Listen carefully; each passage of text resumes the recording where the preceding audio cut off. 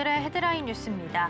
미 연방준비제도 위원들이 지난달 통화정책회의에서 향후 금리 방향을 두고 엇갈린 시각을 드러냈습니다.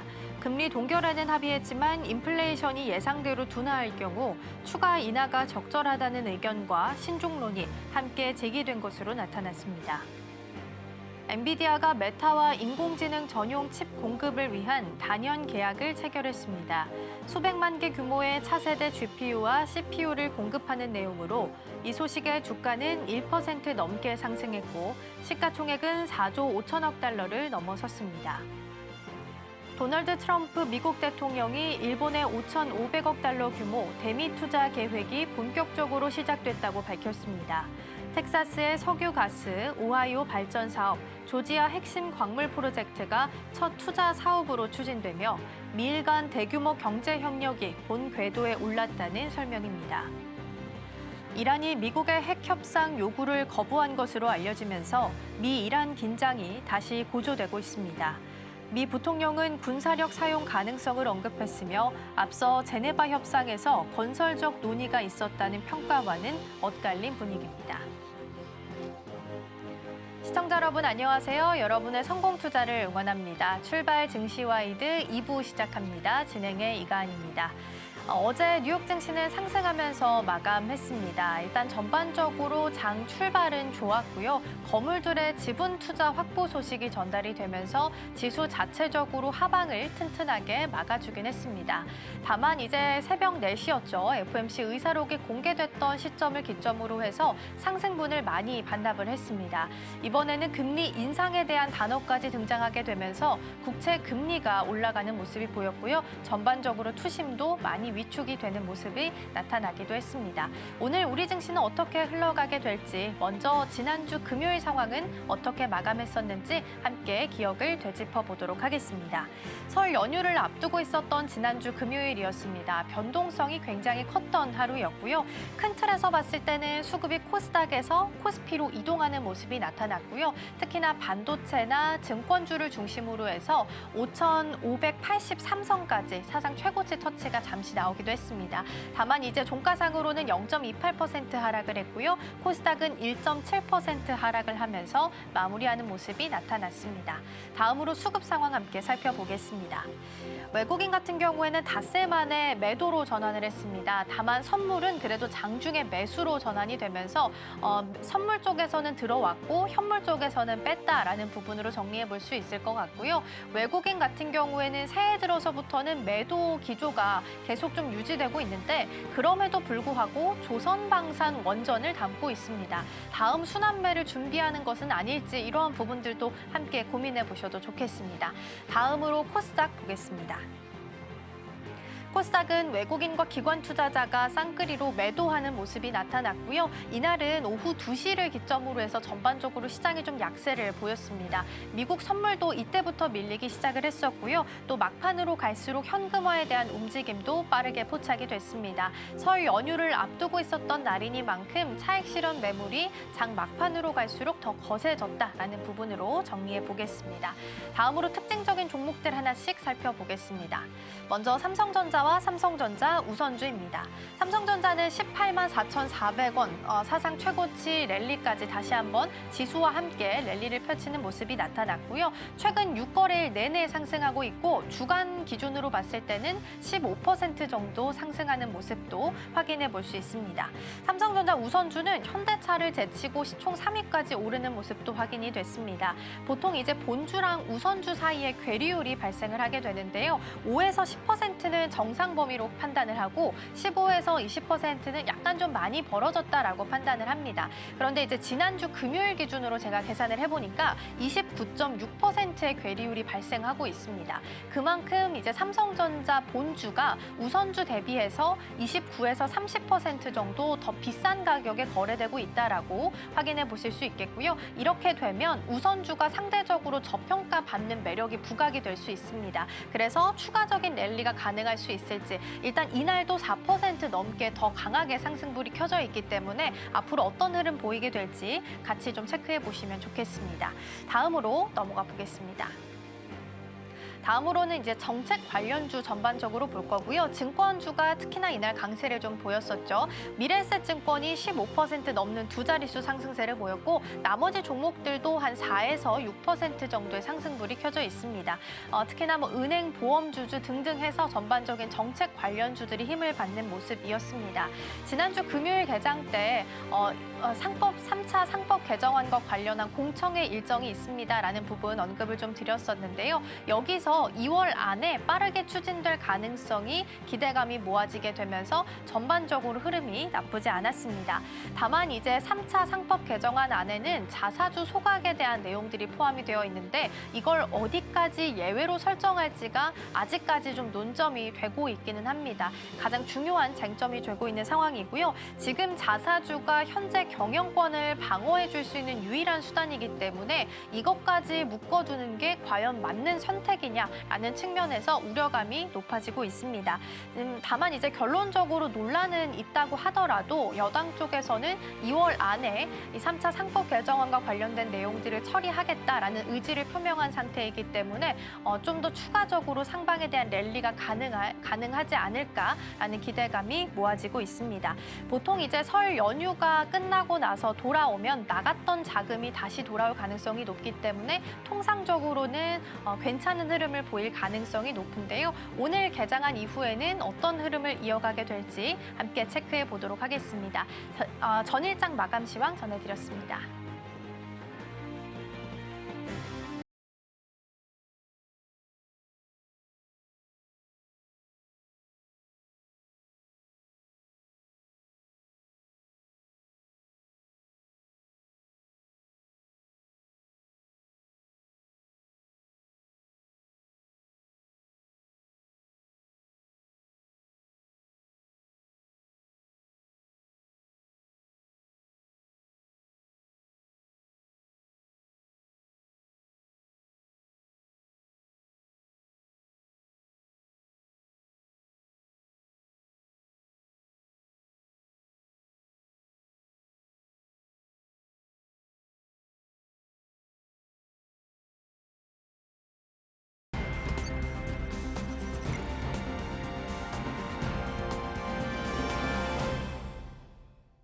네, 정규장이 마감한 이후 애프터마켓에서는 어떤 종목들이 움직임 보였는지 함께 체크해 보겠습니다. 넥스트 트레이딩으로 이어갑니다. 이정우 앵커 어서 오세요. 안녕하세요.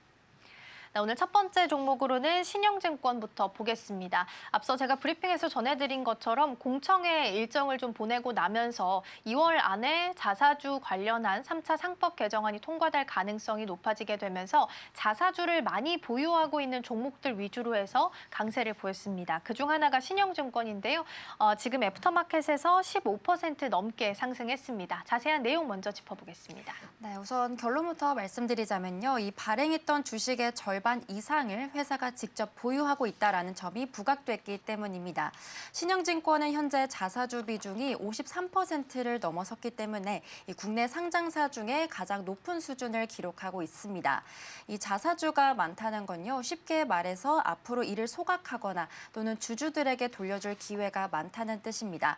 최근 정부가 추진 중인 상법 개정안이 통과가 되면 이 기업들은 사들인 자사주를 1년 안에 의무적으로 없애야 될 가능성이 높은데요. 앞서 대신증권이 이렇게 대규모 자사주 소각을 발표하자 투자자들의 시선이 자연스럽게 다음 차례인 신영증권 쪽으로 옮겨지게 됐습니다. 회사의 이익이 변하지 않아도 주식 수를 줄이게 되면 기존 주주들이 가지는 주식 한 주의 가치는 훨씬 더 올라가기 때문인데요. 여기에 주식시장 거래대금이 하루에 60조 원을 넘나들면서 수수료 수익도 급증하고 있다는 점이 힘을 보태게 됐습니다. 현재 상황은 저평가된 종목을 찾고 있는 외국인 투자자들이 이 신영증권의 자산 가치에 주목하면서 매수세를 점점 더 키우고 있고요. 또 이번 이슈를 계기로 단순한 증권주를 넘어서서 이렇게 밸류업 정책의 최대 수혜주로 또 시장의 신뢰를 얻고 있는 모습을 보여주고 있습니다. 결국 법 개정 이전에 회사가 선제적으로 주주 환원 개혁을 내놓을 것이다라는 기대가 주가를 끌어올렸고요. 정리해보자면 탄탄한 영업 실적에다가 자사주 소각이라는 이 부분이 합쳐진 결과라고 이해하시면 좋겠습니다. 네, 지금까지 나온 내용을 보면 새로 이제 사게 되는 자사주 소각은 어느 정도 좀 동의가 된 것 같고 논란이 되고 있는 건 기존에 가지고 있던 자사주를 어떻게 처리할지 그리고 자사주에 대한 부분들을 어디까지 예외로 둘지가 논쟁이 되고 있습니다. 이러한 쟁점들이 어떻게 해결이 되게 될지도 중요한 포인트가 될 수 있을 것 같고요. 향후에 이제 증권업종에 대한 지형 변화도 예상이 좀 되고 있습니다. 어떻게 예상해 볼 수 있을까요? 네, 우선 증권업계는요, 이제 단순히 주식을 중개하는 곳에서 이 주주환원 경쟁을 펼치는 밸류업의 공간으로 변하고 있습니다. 이번 상법 개정이 완료가 되면요, 이 선진국 수준의 주주 친화 시스템이 갖춰지게 됩니다. 그러면서 우리 증시의 고질적인 저평가도 해소될 것으로 보이고 있는데요. 신영증권은 개정된 법에 따라서 주주 가치를 높이는 것을 최우선으로 하겠다라는 입장을 밝혔습니다. 주가가 실제 자산 가치보다 낮은 상태다 보니까 이렇게 자사주 소각이 시작되면 주가 리레이팅 속도는 더욱더 빨라질 것으로 보이고요. 또 이런 상황 속에서 전문가들은 증시 활황으로 인해서 이 증권사들의 실적이 올해 역대급 기록을 세울 것으로도 내다보고 있습니다. 특히 인공지능과 반도체 산업의 성장으로 인해서 투자 심리가 살아나면서 이 증권가 쪽으로의 자금 유입은 계속될 것으로 또 보이고 있고요. 또 앞으로 우리가 눈여겨볼 부분은 3월에 열리게 될 주주총회 시즌을 앞두고 나오게 될 구체적인 자사주 처분 계획이 있습니다. 다만 지수의 변동성이 갑자기 커지면 이렇게 위탁 매매 수익이 일시적으로 줄어들 수 있다는 점은 유의해야 되겠는데요. 하지만 정책적인 지원과 또 우호적인 영업 환경이 맞물려 있다 보니까 증권업의 가치는 새로운 영역으로 진입할 가능성이 큽니다. 결국에 자본시장을 키우려는 정부의 의지가 이렇게 신영증권과 같은 자산주들의 몸값을 높이는 핵심 열쇠가 될 것으로 볼 수 있겠습니다. 네, 지금까지 자사주 많이 보유하고 있다라고 해서 신영증권, 부국증권 잘 갔었는데 앞으로 3차 상법 개정안 이슈와 맞물리면서 어떤 주가 추이를 가져가게 될지 함께 체크해 보셔도 좋겠습니다. 자, 다음으로는 SK텔레콤으로 넘어가 보겠습니다. 이전에는 고배당 혹은 좀 시장이 약하면 방어하는 섹터 종목 중 하나로 우리가 언급을 좀 했었는데 최근에는 AI라는 새로운 색채가 묻게 됐습니다. 애프터마켓에서 11% 넘게 상승했는데요. 자세한 내용 먼저 짚어보겠습니다. 네, 맞습니다. 우선 엔트로픽 같은 글로벌 AI 기업에 대한 투자가 이 성과가 실질적인 숫자로 증명되었기 때문인데요. SK텔레콤이 2023년에 투자했던 미국 AI 기업 엔트로픽의 기업 가치가 최근 50조 원에 육박하면서 지분 가치가 폭등하게 됐습니다. 당시 약 1,300억 원을 투자했는데 현재 그 가치가 2조 원대로 불어나게 되면서 투자자들을 놀라게 한 건데요. 이는 쉽게 말해서 단순히 전화 서비스를 제공하던 기존의 통신사가 이제는 인공지능 분야의 투자자로 거듭났다는 의미로 볼 수 있겠습니다. 여기다가 인공지능 데이터 센터 매출이 1년 전보다 60% 가까이 급성장하다 보니까 또 새로운 먹거리도 확실하게 챙기게 된 건데요. 지난해 해킹 사고로 인해서 보상 비용과 또 희망 퇴직 등 일회성 비용을 이미 다 털어냈다는 점도 긍정적입니다. 정부의 독자 AI 모델 프로젝트에서 핵심 사업자로 선정될 가능성이 커진 점도 또 주가 상승에 힘을 보태게 됐고요. 또 현재 상황은 전통적인 배당주를 넘어서서 이제는 인공지능 산업의 필수 인프라 기업으로 시장의 평가가 바뀌고 있습니다.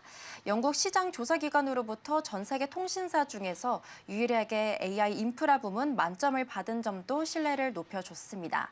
결국에 이렇게 보안 사고를 딛고 인공지능이라는 강력한 기회를 얻게 됐다는 점에 매수세가 집중되었다고 볼 수 있겠습니다. 네, 엔트로픽이 최근 주목도가 높은 상황이다 보니까 가치에 대한 재평가가 SK텔레콤도 이루어지고 있다라는 부분으로 정리해 볼 수 있을 것 같고요. 그러면 중장기적인 성장 전략도 확인해 보면 좋을 것 같습니다. AI 색채가 묻었으니 앞으로 어떤 그림을 그려볼 수 있을까요? 네, 맞습니다. 말씀해 주신 대로 SK텔레콤은요, 이제 전 세계 통신사들이 벤치마킹하는 AI 혁신의 아이콘으로 자리를 굳혀가고 있습니다. 올해는 단순히 기술을 보여주는 단계를 넘어서서요, 엔터프라이즈 AI와 또 소버린 AI를 통해서 수익성을 다지는 원년이 될 것으로 보고 있습니다. 특히 AI 데이터 센터는 한 번 구축하면 장기간 안정적인 수익을 가져다주는 일명 황금알을 낳는 거위가 될 가능성이 큰데요. 5G 가입자가 다시 늘어나고 또 사고 이전 수준을 회복하고 있다는 점은 이렇게 주가에 대한 기초 체력이 회복되었음을 의미하기도 합니다. 전문가들은 올해 SK텔레콤의 영업이익이 작년보다 80% 이상 급증하면서 역대급 실적을 낼 것으로 보고 있고요. 또 엔트로픽과 함께 개발 중인 통신사 특화 인공지능 모델이 완성이 된다면 글로벌 시장 수출도 가능해질 것으로 함께 보고 있습니다. 앞으로 주목해야 될 점은 이러한 투자 결실이 주주 환원으로 얼마나 이어질지에 대한 부분일 것 같습니다. 기대 배당 수익률이 4%를 넘는 상황에서 성장의 매력까지 더해지다 보니까 투자자들에게는 아주 매력적인 선택지가 됐는데요. 다만 인공지능 투자에 들어가는 막대한 비용이 이 단기적인 현금 흐름에 부담을 줄 수 있다는 점은 함께 살펴봐야 될 것 같습니다. 하지만 정부의 독자 AI 프로젝트 성공 시 이 공공시장에서 독점적인 지위를 확보할 수 있기 때문에 전망은 매우 밝은 상황이고요. 결국 정리해보자면 이번 변화는 통신의 안정성 위에서 이 인공지능의 성장성을 입히면서 기업의 가치를 근본적으로 바꾸는 과정에 있다라고 볼 수 있겠습니다. 네, AI 색이 새롭게 묻게 되면서 통신의 한계를 넘어서서 주가도 날개를 펼칠 수 있을지 체크해 보시면 좋겠습니다. 다음 종목으로 넘어가서 GS P&L 살펴보겠습니다. 최근에 호텔 예약하고 싶어도 방이 없어서 못한다라는 이야기가 나올 만큼 숙박업계가 호황을 겪고 있다고 합니다. 애프터마켓에서 8% 넘게 상승했는데요. 자세한 내용 먼저 살펴보겠습니다. 네, 말씀해 주신 대로 이 외국인 관광객 급증으로 인해서 최근에 호텔 방값이 크게 올랐고요. 이게 자연스럽게 실적으로 연결되었기 때문입니다. GS P&L은 지난해 12월 GS 리테일에서 인적 분할이 돼서 설립됐습니다. 파르나스 호텔을 현재 운영 중인 호텔 전문 기업인데요. 최근 서울을 찾는 외국인들이 늘어나다 보니까 주요 호텔의 평균 객실 단가가 시장의 예상을 훌쩍 뛰어넘게 됐습니다. 이는 다시 말해서 호텔 공급은 한정되어 있는데 잠잘 곳을 찾는 수요가 많다 보니까 부르는 게 값이 된 상황이 된 거고요. 특히 최근에는 또 중국인들이 일본 대신에 한국으로 발길을 돌리는 한일령 반사 수혜가 호텔 예약률을 크게 끌어올려줬습니다. 여기다가 지난 4분기 영업이익이 전년 대비 흑자로 돌아서다 보니까 시장 예상치를 10% 이상 웃도는 어닝 서프라이즈도 함께 기록해줬는데요. 이 배경에는 서울 강남의 그랜드 인터컨티넨탈과 그리고 명동의 나인트리 호텔이 실적 상승을 이끄는 효자 노릇을 해줬습니다. 여기다 정부가 2027년까지 외국인 관광객 3천만 명을 유치하겠다라고 발표한 점도 큰 호재로 작용했는데요.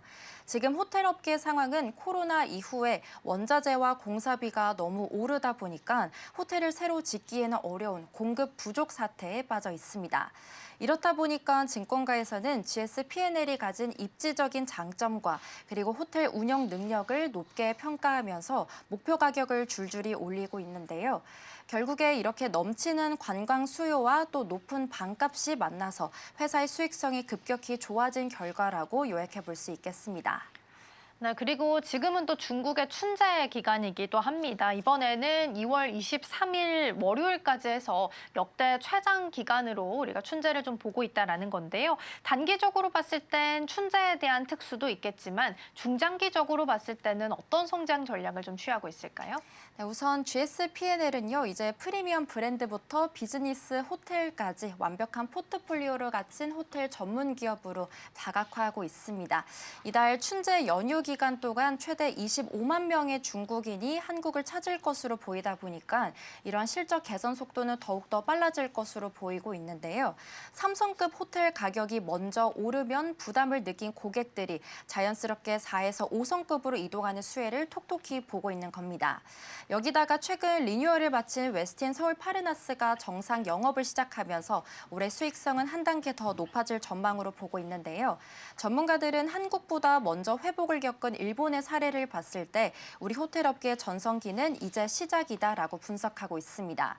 2027년까지 외국인 인바운드 관광객이 꾸준히 늘어날 전망이다 보니까 모든 사업장의 실적 확대가 기대되는 상황이고요. 여기서 앞으로 주목해야 될 점은 또 베트남 하노이 등 해외에서의 위탁 운영 점포를 늘려가는 확장 전략입니다. 현재 주가는 글로벌 호텔업계와 비교했을 때도 여전히 싼 편이다 보니 밸류에이션 프리미엄을 받아도 충분하다는 평가인데요. 이렇게 이번 변화는 호텔이라는 자산의 가치를 재평가받는 중요한 시기로 해석되고 있습니다. 네, 춘절과 연결해서 중국 소비주단도 함께 체크해 보셔도 좋겠습니다. 다음으로 넘어가서 하락한 쪽도 좀 볼 텐데요. 에코프로 BM 보겠습니다. 시총 1위 자리를 일단 알테오젠에게 내주고 나서도 계속해서 약세를 좀 보이고 있습니다. 애프터마켓에서도 4.8% 정도 하락을 했습니다. 하락 배경 먼저 짚어보겠습니다.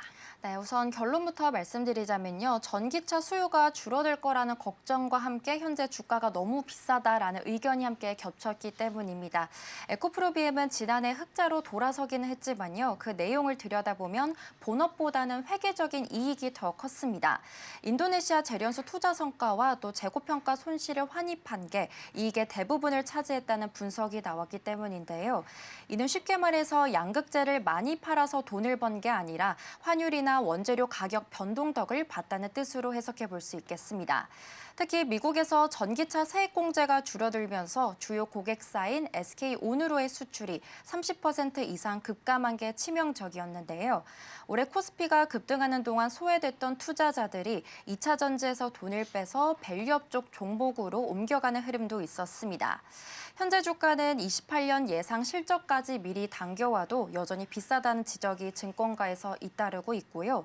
또 지난주 상황은 코스닥 지수를 추종하는 자금들이 에코프로 형제들 대신에 알테오젠 쪽으로 쏠리면서 마감을 했습니다. 외국인과 기관 투자자들이 연휴 이전 거래일에 동반 매도에 나서게 되면서 투자 심리가 급격히 냉각된 건데요.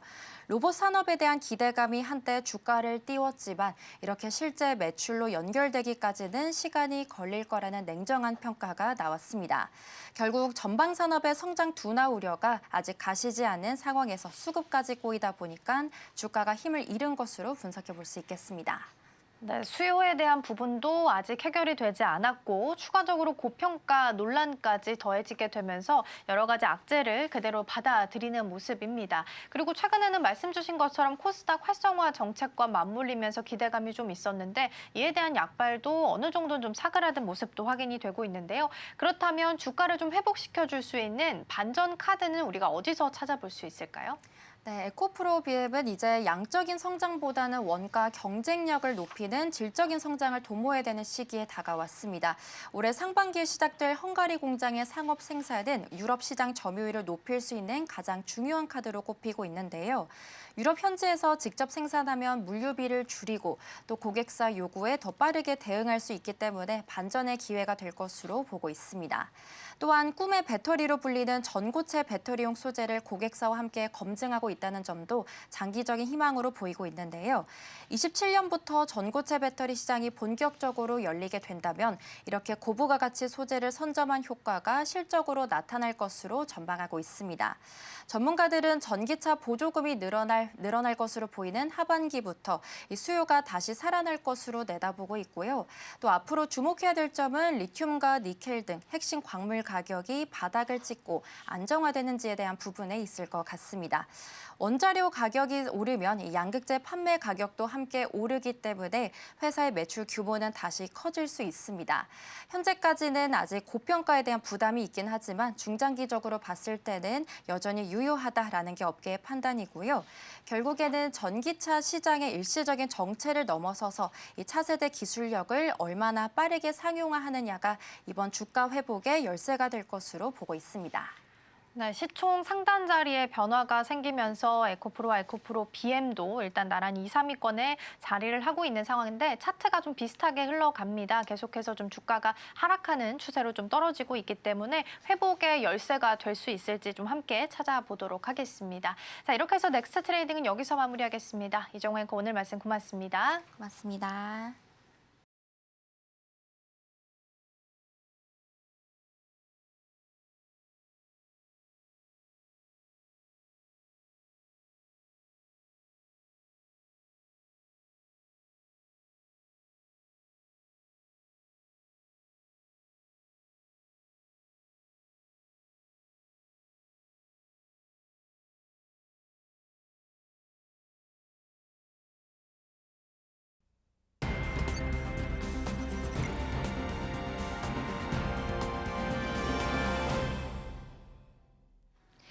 증권가들이 바라보는 종목에 대한 시선들 함께 살펴보겠습니다. 와이드 리포트 시간입니다. 오늘 제가 가지고 온 종목은 카카오에 대한 SK증권의 시선을 가지고 왔고요. 리포트의 제목은 AI 기대가 성과로 이어지기까지입니다. 최근에 이 카카오가 본업은 살아나고 있고 AI가 그 성장성에 대한 기대감을 더욱더 키워나가고 있다라는 판단들이 증권가에서 나오고 있습니다. SK증권도 카카오에 대해서 매수 유지 의견, 목표 주가도 87,000원으로 유지하는 모습을 보였는데요. 그렇다면 4분기 실적 내용부터 살펴보겠습니다. 우선 카카오의 4분기 실적은 예상보다 아주 잘 나왔습니다.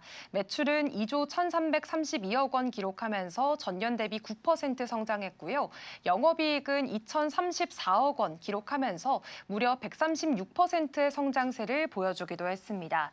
결국에 시장 예상치를 웃도는 실적을 발표했고 그 중심에는 광고와 커머스가 있었습니다.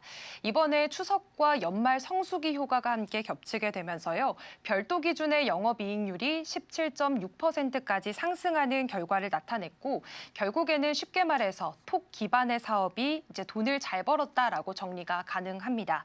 특히나 지금 광고 부문에서의 성장성이 굉장히 두드러졌고 다시 한 번 더 성장 구간에 들어섰다라는 점들이 이번 분기에서 확인이 됐습니다. 광고 매출의 경우에는 16% 정도 성장하는 모습을 나타냈고 지금 광고주가 늘었고 그리고 광고가 노출되는 자리가 확대됐습니다. 그렇다 보니까 지금 광고 효율도 함께 개선되는 모습들이 확인이 된 건데요. 비즈니스 메시지의 경우에는 19% 성장을 했고요. 디스플레이 광고도 18% 성장하는 흐름이 이어졌습니다.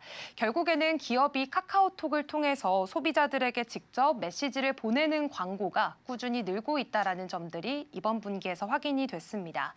SK증권의 경우에는 올해 광고 매출의 경우에는 10.6% 정도 더 성장할 것으로 전망을 내리고 있는 상황입니다. 광고 매출이 늘어난다면 앞으로 이익에 대한 구조도 함께 성장을 하는 구조기 때문에 더욱더 증권가에서의 눈높이는 커지고 있는 상황입니다. 그렇다면 그 다음 부문인 커머스 부문도 함께 살펴보도록 하겠습니다. 연간 거래액이 10조 6천억 원을 기록하면서 역시나 YOY 대비해서 지금 6% 정도 성장하는 모습을 나타냈고요. 4분기 거래액의 경우에는 처음으로 3조 원을 넘기기도 했습니다. 특히나 지금 선물하기 거래액 같은 경우에는 지금 명절과 연말 효과로 인해서 14% 성장하는 모습을 보였습니다. 여기에서 중요한 건 구매 전환율이 좋아졌다라는 점인데요. 소비자들이 많이 보고 그리고 그 안에서 실제로 더 많이 구매를 했다라는 뜻입니다. 결국에는 지금 광고와 또 커머스 부문에서의 실적이 함께 선순환 구조를 만들어 나가는 모습들이 이번 분기 실적에서 확인이 됐습니다. 다만 콘텐츠 부문에서는 아직까지는 과제로 꼽히고 있습니다. 엇갈린 실적을 이번 분기에서 내놓게 된 건데요. 게임 매출에 대한 부분은 줄어들고 뮤직은 11% 상승을 했고요. 미디어의 경우에는 29% 상승세를 보여줬습니다. 결국에는 전체적으로 보면 콘텐츠 부문에서는 엇갈린 실적을 발표하면서 아직까지는 완전한 회복 단계에 들어서진 않았다라고 보고 있는 상황입니다. 그렇다면 앞서 4분기 실적을 살펴봤다면 이제 2025년 연간 실적도 함께 살펴보도록 하겠습니다. 2025년 전체 매출을 살펴보시면 8조 991억 원 기록했고요. 영업이익은 7,320억 원 기록하면서 전년 대비 48%의 성장세 보였습니다. 지금 창사 이래 최대 수준의 실적을 기록을 한 거고요. SK증권의 경우에는 올해 그러니까 2026년에는 영업이익이 9,260억 원으로 나올 것으로 전망을 하면서 앞으로도 본업에서의 회복이 이어질 것으로 바라보고 있는 상황입니다. 그런데 이번 리포트의 핵심은 바로 AI였습니다. 사실 카카오톡에 지난해부터 AI 기능이 추가가 되면서요. 이용자들의 체류 시간이 늘어나게 됐습니다. 12월 기준으로 평균 체류 시간을 살펴보니까 25분이 찍히게 됐는데요. 사실 AI 기능을 도입하기 전보다 약 4분가량 늘어나는 모습들이 확인이 됐습니다. 또 주목할 만한 부분은 챗 GPT-4 카카오의 사용자가 800만 명에 도달했다라는 점인데요. 결국에 이렇게 이용자가 늘고 있다는 건 광고 노출에 대한 기회도도 훨씬 더 높아진다는 것을 의미하고 있습니다. 결국에는 이제 카카오톡이 AI를 도입을 하게 되면서 단순한 기능이 아니라 매출 확대로도 더욱더 연결이 되고 있구나라는 점들이 함께 확인이 됐습니다. 카카오의 경우에는 현재 지금 챗 GPT 그러니까 오픈 AI와 협업을 진행 중인 상황이고요. 이번 컨콜에서는 구글과도 전략적인 파트너십을 맺었다라고 발표를 하기도 했습니다. 온디바이스 AI 그리고 AI 글라스 분야에서 협력을 시작했다라고 밝힌 건데요. 특히나 주목할 만한 건 지금 구글이 가지고 있는 AI 글라스 그러니까 구글 글라스에 카카오톡이 탑재가 된다라는 점입니다. 앞으로는 안경을 쓰고 우리가 음성으로 카카오톡 메시지를 보내거나 혹은 카카오티 택시를 호출하는 식의 서비스가 가능해질 것으로 여겨지고 있습니다. 다만 지금 카카오가 제시하고 있는 이런 AI 전략들이 앞으로 실적에 얼마나 빠르게 반영될지는 아직까지는 지켜봐야 될 것으로 보이고요. 만약에 이런 성과들이 가시화가 될 경우에는 지금 카카오가 가지고 있는 밸류에이션의 업사이드가 더욱더 열릴 수 있다라는 평가들도 함께 나오고 있는 상황입니다. 결국에 이번 실적을 통해서 크게 두 가지를 확인해 볼 수가 있었습니다. 첫 번째로는 광고 중심의 본업이 이제는 다시 살아났다라는 점들이 확인이 됐고 두 번째로는 AI가 결국에는 실제 이용자 지표로도 연결이 되고 있다는 점들이 확인이 됐습니다. 그렇기 때문에 증권가에서는 지금 카카오가 박스권을 유지하고 있지만 그래도 긍정적인 시선을 유지하고 있고요.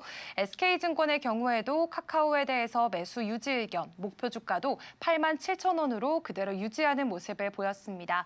그렇다면 지난주 금요일장에서의 카카오의 주가 흐름 함께 살펴보도록 하겠습니다. 네, 카카오는 2.38% 빠지면서 57,400원 선에서 설 연휴 이전에 거래를 마치게 됐습니다. 카카오 주가가 지금 굉장히 오랜 기간 박스권에 갇혀 있는 상태고요. 이번 실적을 통해서 그래도 광고와 커머스 중심으로 실적 회복에 대한 개선세가 나타나고 있는 모습들 확인이 됐습니다.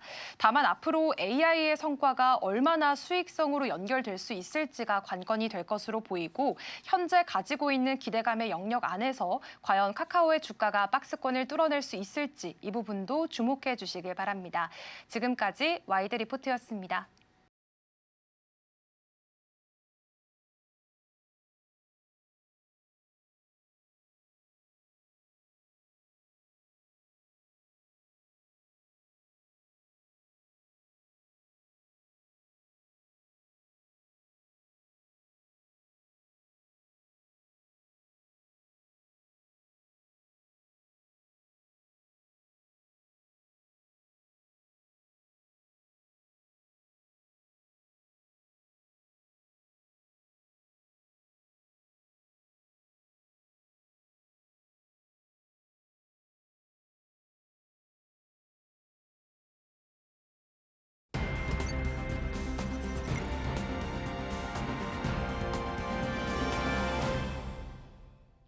네, 시시각각 변하는 시장 흐름, 서울경제는 어떤 뉴스에 주목하고 있을까요? 이 시각 서울경제로 이어가 보겠습니다. 이정환 앵커 나와 계십니다. 어서 오세요. 안녕하세요. 네, 오늘 첫 번째 이야기로는 삼성전자 파운드리 살펴보도록 하겠습니다. 삼성전자의 비메모리 부문에 있어서 계속해서 성과가 잘 나올 거다라는 긍정적인 평가들이 이어지고 있습니다. 빠르면 올해 하반기부터 본격적인 반등이 시작될 거다라는 이야기가 나오고 있는데요. 실제적인 전망 그리고 현실은 어떻게 흘러가고 있을까요? 네, 우선 최근에 이재용 회장의 7년 뚝심에 대한 투자가 결실을 보면서 삼성 파운드리 흑자 전환이 가시권에 들어오게 됐습니다. 삼성전자는 최근에 테슬라와 23조 원 규모의 대규모 공급 계약을 체결한 데 이어서요. 퀄컴과도 2나노 공정 위탁 생산 논의를 시작하게 됐는데요. 이런 성과는 이재용 회장이 직접 미국 현지를 오가면서 글로벌 CEO들과 회동을 이어간 이 세일즈 외교의 결과물로 해석되고 있습니다. 현재 삼성 파운드리의 반등을 이끄는 핵심 동력은 크게 세 가지 정도로 요약해 볼 수 있겠습니다. 우선 첫 번째로는 기술적 난제로 꼽혔던 2나노 공정 수율이 이 안정 궤도에 진입을 하다 보니까 글로벌 빅테크들의 신뢰를 얻기 시작했다라는 점이고요. 그리고 두 번째로는 테슬라의 AR6 칩 수주와 그리고 퀄컴의 최첨단 AP 생산 재개 가능성으로 인해서 이 고객사 포트폴리오가 질적으로 달라지고 있다는 점도 힘을 보태게 됐습니다. 그리고 세 번째로 미국 테일러 공장이 시험 가동에 들어가면서 TSMC에 집중됐던 빅테크 물량을 흡수할 수 있는 기반을 마련하게 되다 보니까 이 점 또한 핵심 동력으로 작용이 됐습니다. 이를 토대로 내년 비메모리 부문 매출은 전년 대비 21% 증가한 36조 4천억 원, 그리고 영업이익은 1조 8천억 원으로 이렇게 흑자 전환이 거의 확실시되고 있는 분위기가 나오고 있는데요. 메모리 초호황에 가려졌던 비메모리 경쟁력이 살아나면서 삼성전자의 사업 구조가 더욱더 균형 잡힌 형태로 진화하고 있습니다. 결국 이번 반등은 단순한 실적 회복을 넘어서 삼성이 시스템 반도체 쪽에서도 초격차를 실현하면서 일명 뉴 삼성을 향해 나아가는 중요한 분기점이 될 것으로 보고 있습니다. 네, 이번 파운드리의 핵심은 또 이나노 공정에 있기도 합니다. 이나노 공정에서 눈에 띄는 성과를 보이고 있는 상황이고요. 이걸 적용한 엑시노스 2600 또한 생각보다는 기대 이상의 결과를 내고 있다는 평가들도 들려오고 있습니다. 지금 삼성전자가 이나노에 있어서 승부수를 띄운 상황인데 현재 상황 어떻게 흘러갈까요? 네, 맞습니다. 엑시노스 2600은요, 이 삼성 파운드리 부활의 신호로 현재 해석이 되고 있습니다.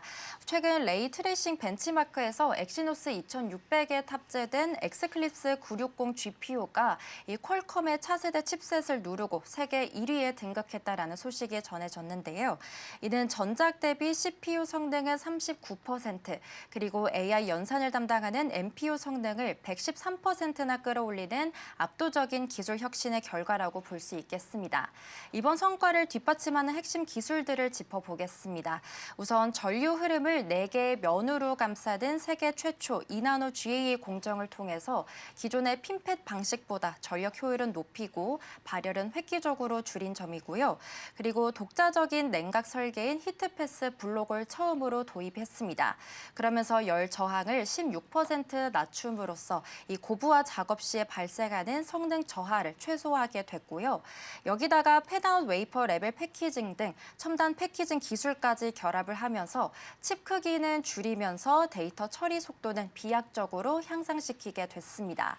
현재 이나노 공정 수율이 50% 선을 넘어서다 보니까 이 안정 궤도에 진입했다는 평가가 나오면서 퀄컴 같이 외부 고객사의 대규모 수주 가능성도 함께 커지고 있는데요. 삼성전자는 갤럭시 S26 시리즈 중 일반과 그리고 플러스 모델에 이 엑시노스 2600을 탑재해서 실전 레퍼런스를 확보하고 또 고객의 신뢰도를 높이겠다라는 전략을 세우고 있습니다. 이렇게 삼성이 보여준 이번 기술은 단순히 칩 하나를 잘 만드는 게 아니라요. 삼성 반도체 전체의 브랜드 가치를 상승시켜줄 계기로 보고 있습니다. 네, 근데 일각에서 테슬라가 지금 이나노 반도체를 생산할 수 있는 테라팹을 만들겠다라고 해서 주목도가 높은 상황입니다. 이렇게 되면 협력을 기반으로 하고 있었던 테슬라가 앞으로 경쟁자로 변하는 거 아니냐라는 우려감도 들기는 하는데요. 실제적으로 파운드리에 있어서 미치게 되는 영향은 우리가 어느 정도로 예상을 좀 해볼 수 있을까요? 네, 맞습니다. 우선 상황을 보자면요. 일론 머스크의 자립 선언이 당장의 삼성에게는 위협이 된다라기보다는요. 오히려 미국 중심의 공급망 재편을 가속화하는 계기가 될 거다라는 이야기가 지배적입니다. 머스크는 최근 자율주행과 AI 수요 폭증에 대비해서 로직과 메모리 그리고 패키징을 모두 포함하는 거대 공장을 짓겠다라고 선언을 했는데요.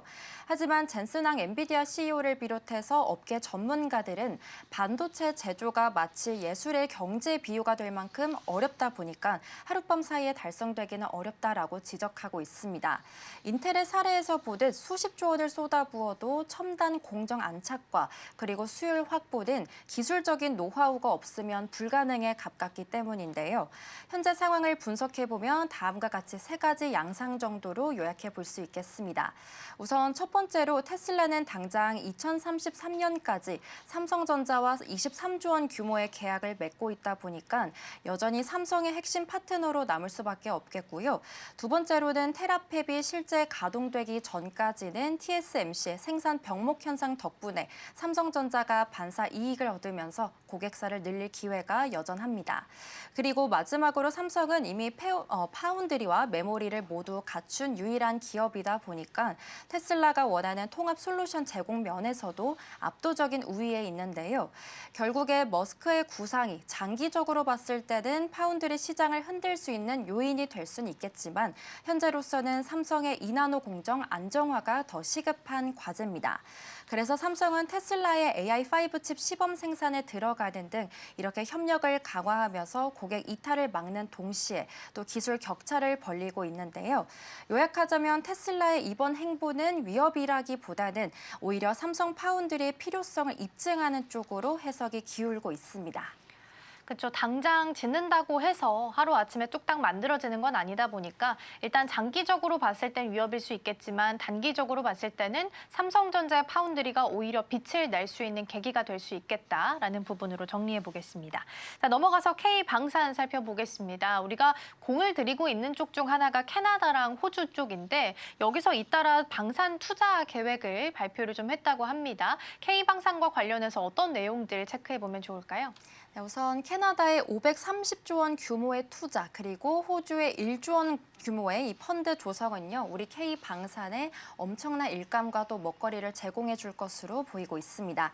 특히 캐나다는 미국에 대한 국방 의존도를 낮추기 위해서요, 전례 없는 규모의 예산을 투입하면서 우리 잠수함 사업에 관심을 보이고 있는데요.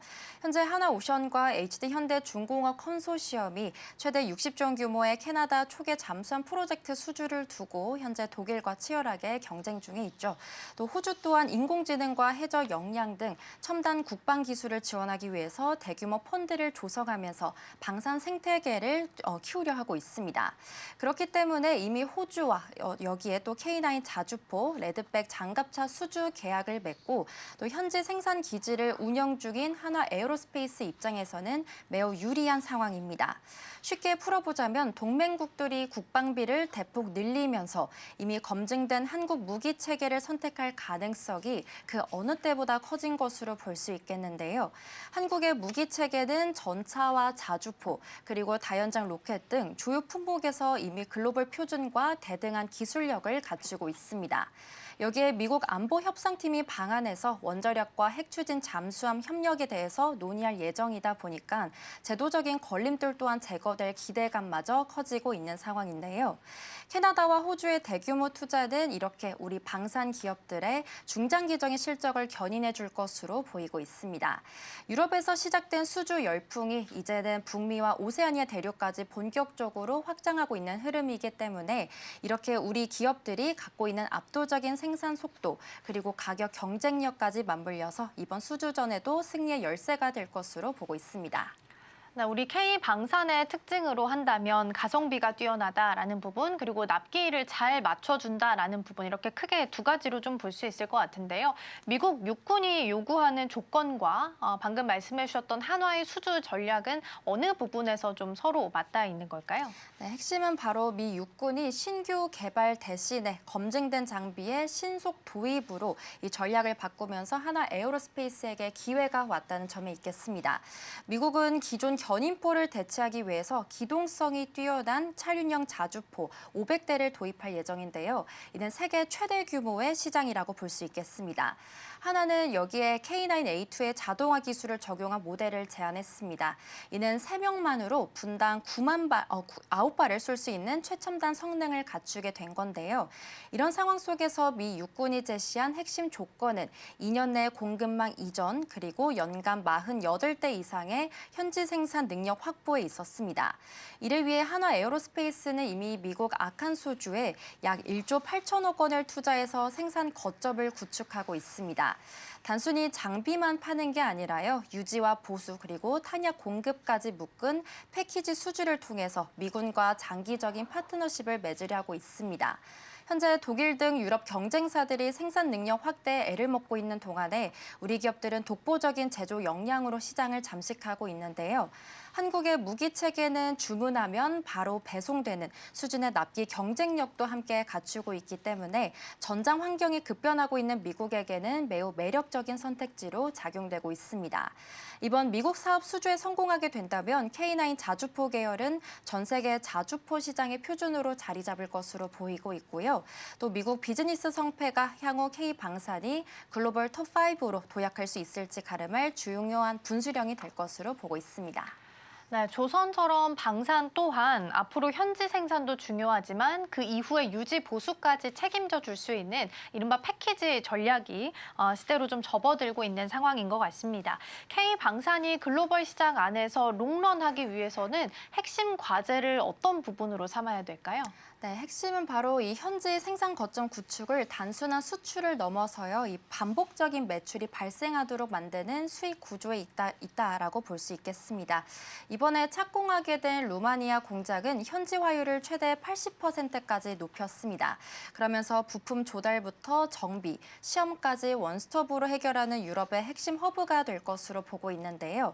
유럽 시장은 이제 장비만 사는 게 아니라 현지 생산과 후속 군수 지원을 하나로 묶어주는 패키지 방식을 조달의 표준으로 삼고 있습니다. 이런 거점이 마련되면 고객국과의 안보 유대감이 깊어질 뿐만이 아니라 향후 장갑차나 유도 무기 등 다른 기종의 추가 수주로 이어지는 선순환 구조가 이어질 수 있기 때문입니다. 실제로 하나 에어로스페이스는 이미 폴란드와 노르웨이 수주를 통해서요, 동유럽과 북유럽을 이어주는 강력한 수출 라인을 형성한 상태고요.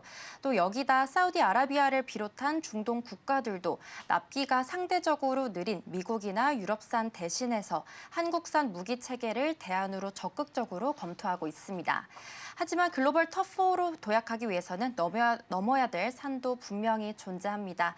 우선 유럽산 우선 구매와 같은 보호주의 정책을 현지 생산과 기술 협력을 통해 영리하게 돌파하는 전략이 필요할 것으로 보이고요.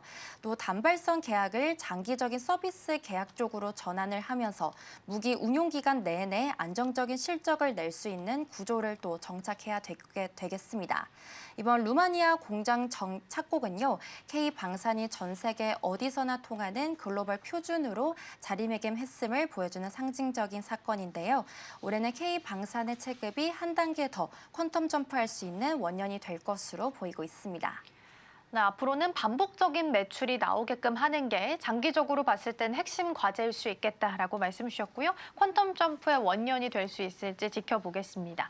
자, 다음으로는 LG 에너지 솔루션 내용 좀 보도록 하겠습니다. 2029년 전기차용 전고체 배터리 상용화를 목표로 해서 건식 전극이라는 혁신 기술을 꺼내 들었다고 하는데요. 이 기술이 가지고 있는 장점부터 좀 파악을 해볼까요? 네, 맞습니다. LG 에너지 솔루션의 건식 전극 기술은요, 전고체 배터리 최대 약점인 가격과 공정 문제를 한 번에 해결할 수 있는 기술입니다. 전고체 배터리는 불이 붙기 쉬운 액체 전해질을 고체로 바꿔서 화재 위험을 없애고 에너지를 훨씬 더 많이 담을 수 있는 차세대 제품인데요. LG가 내세운 건식 전극 공법은 쉽게 말해서 액체 반죽 과정 없이 가루 상태에서 바로 배터리 전극을 만드는 마치 마법 같은 기술이라는 평가가 나오고 있습니다. 이 공법을 쓰게 되면 액체를 말리게 되는 이 거대한 건조 시설이 필요 없다 보니까 공장 크기가 획기적으로 줄이고 그리고 에너지 비용 또한 크게 아낄 수 있습니다. 현재 LG 에너지 솔루션은 이 분야에서만 450건 이상의 전 세계 특허를 보유하면서 독보적인 기술 장벽을 쌓아놓은 상태고요. 또 LG는 이미 오창 에너지 플랜트의 건식 전극 파일럿 라인도 구축을 하고 양산성을 검증하는 마지막 단계에 진입했습니다. 쉽게 풀어보자면 더 안전하고 오래가는 배터리를 훨씬 저렴하고 빠르게 만드는 핵심 열쇠를 LG가 쥐고 있다라고 볼 수 있겠고요. 정리해보자면 LG 에너지 솔루션은 이런 건식 전극 공법을 통해서 차세대 배터리 경쟁에 선두로 치고 나가고 있다라고 볼 수 있겠습니다.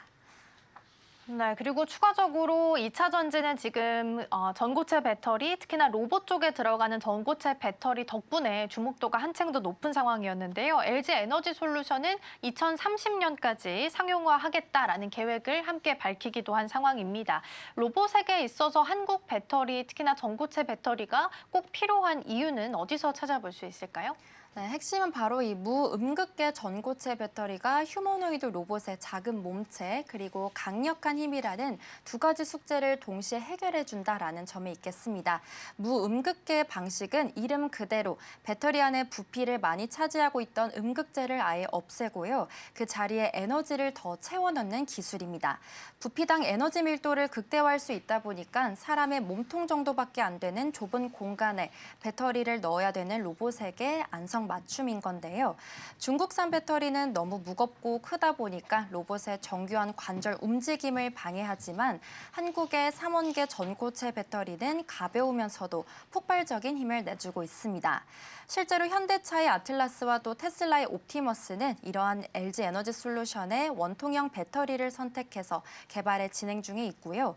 또 현재 상황은 전 세계에서 고성능 3원계 그리고 전고체 배터리를 제대로 만들 수 있는 기업이 한국의 배터리 3사 정도로 압축된 상황입니다. 미국 주도의 로봇 공급망에서 중국산이 배제가 되다 보니까 우리 기업들에게 로봇 배터리라는 거대한 블루 오션도 함께 열려진 거고요. 전문가들은 로봇 배터리 시장이 2040년에는 약 15조 원 규모로 성장하면서 전기차를 잇는 핵심 수익원이 될 것으로도 보고 있습니다. LG 에너지 솔루션은 이렇게 로봇 전용 배터리를 차세대 성장 동력으로 삼고 2030년 양산을 목표로 현재 기술 고도화에 박차를 가하고 있습니다. 전고체 배터리에 있어서 삼성 SDI랑 LG 엔솔이 가장 좀 빠르게 도요타를 바짝 추격하고 있고요. 시장에서는 삼성 SDI가 가장 빠를 것으로 일단 예상을 좀 하고 있습니다. 최종 승기를 우리나라가 좀 잡기 위해서는 어떤 부분들을 해결해야 되는지 이 부분도 짧게 좀 짚어볼까요? 우선 최근 20년간 전고체 특허 분석 결과 한국의 특허 출원 증가율은 연평균 18%였습니다. 이건 세계에서 가장 빠르게 늘어나고 있는 국가 중 하나인 건데요. 말씀해 주신 대로 삼성 SDI 그리고 LG 에너지 솔루션이 현재 나란히 증가율 1위와 2위를 차지하고 있습니다. 그러면서 전 세계 전고체 기술 혁신을 주도하고 있고요. 전고체 배터리는 액체 전해질의 화재 위험을 원천 차단하는 만큼 안전이 최우선인 자율주행차와 로봇 시장의 필수 조건으로 보고 있습니다. 여기서 무엇보다 중요한 건 높은 제조 원가를 낮추는 공정 혁신에 있다라고 볼 수 있겠습니다.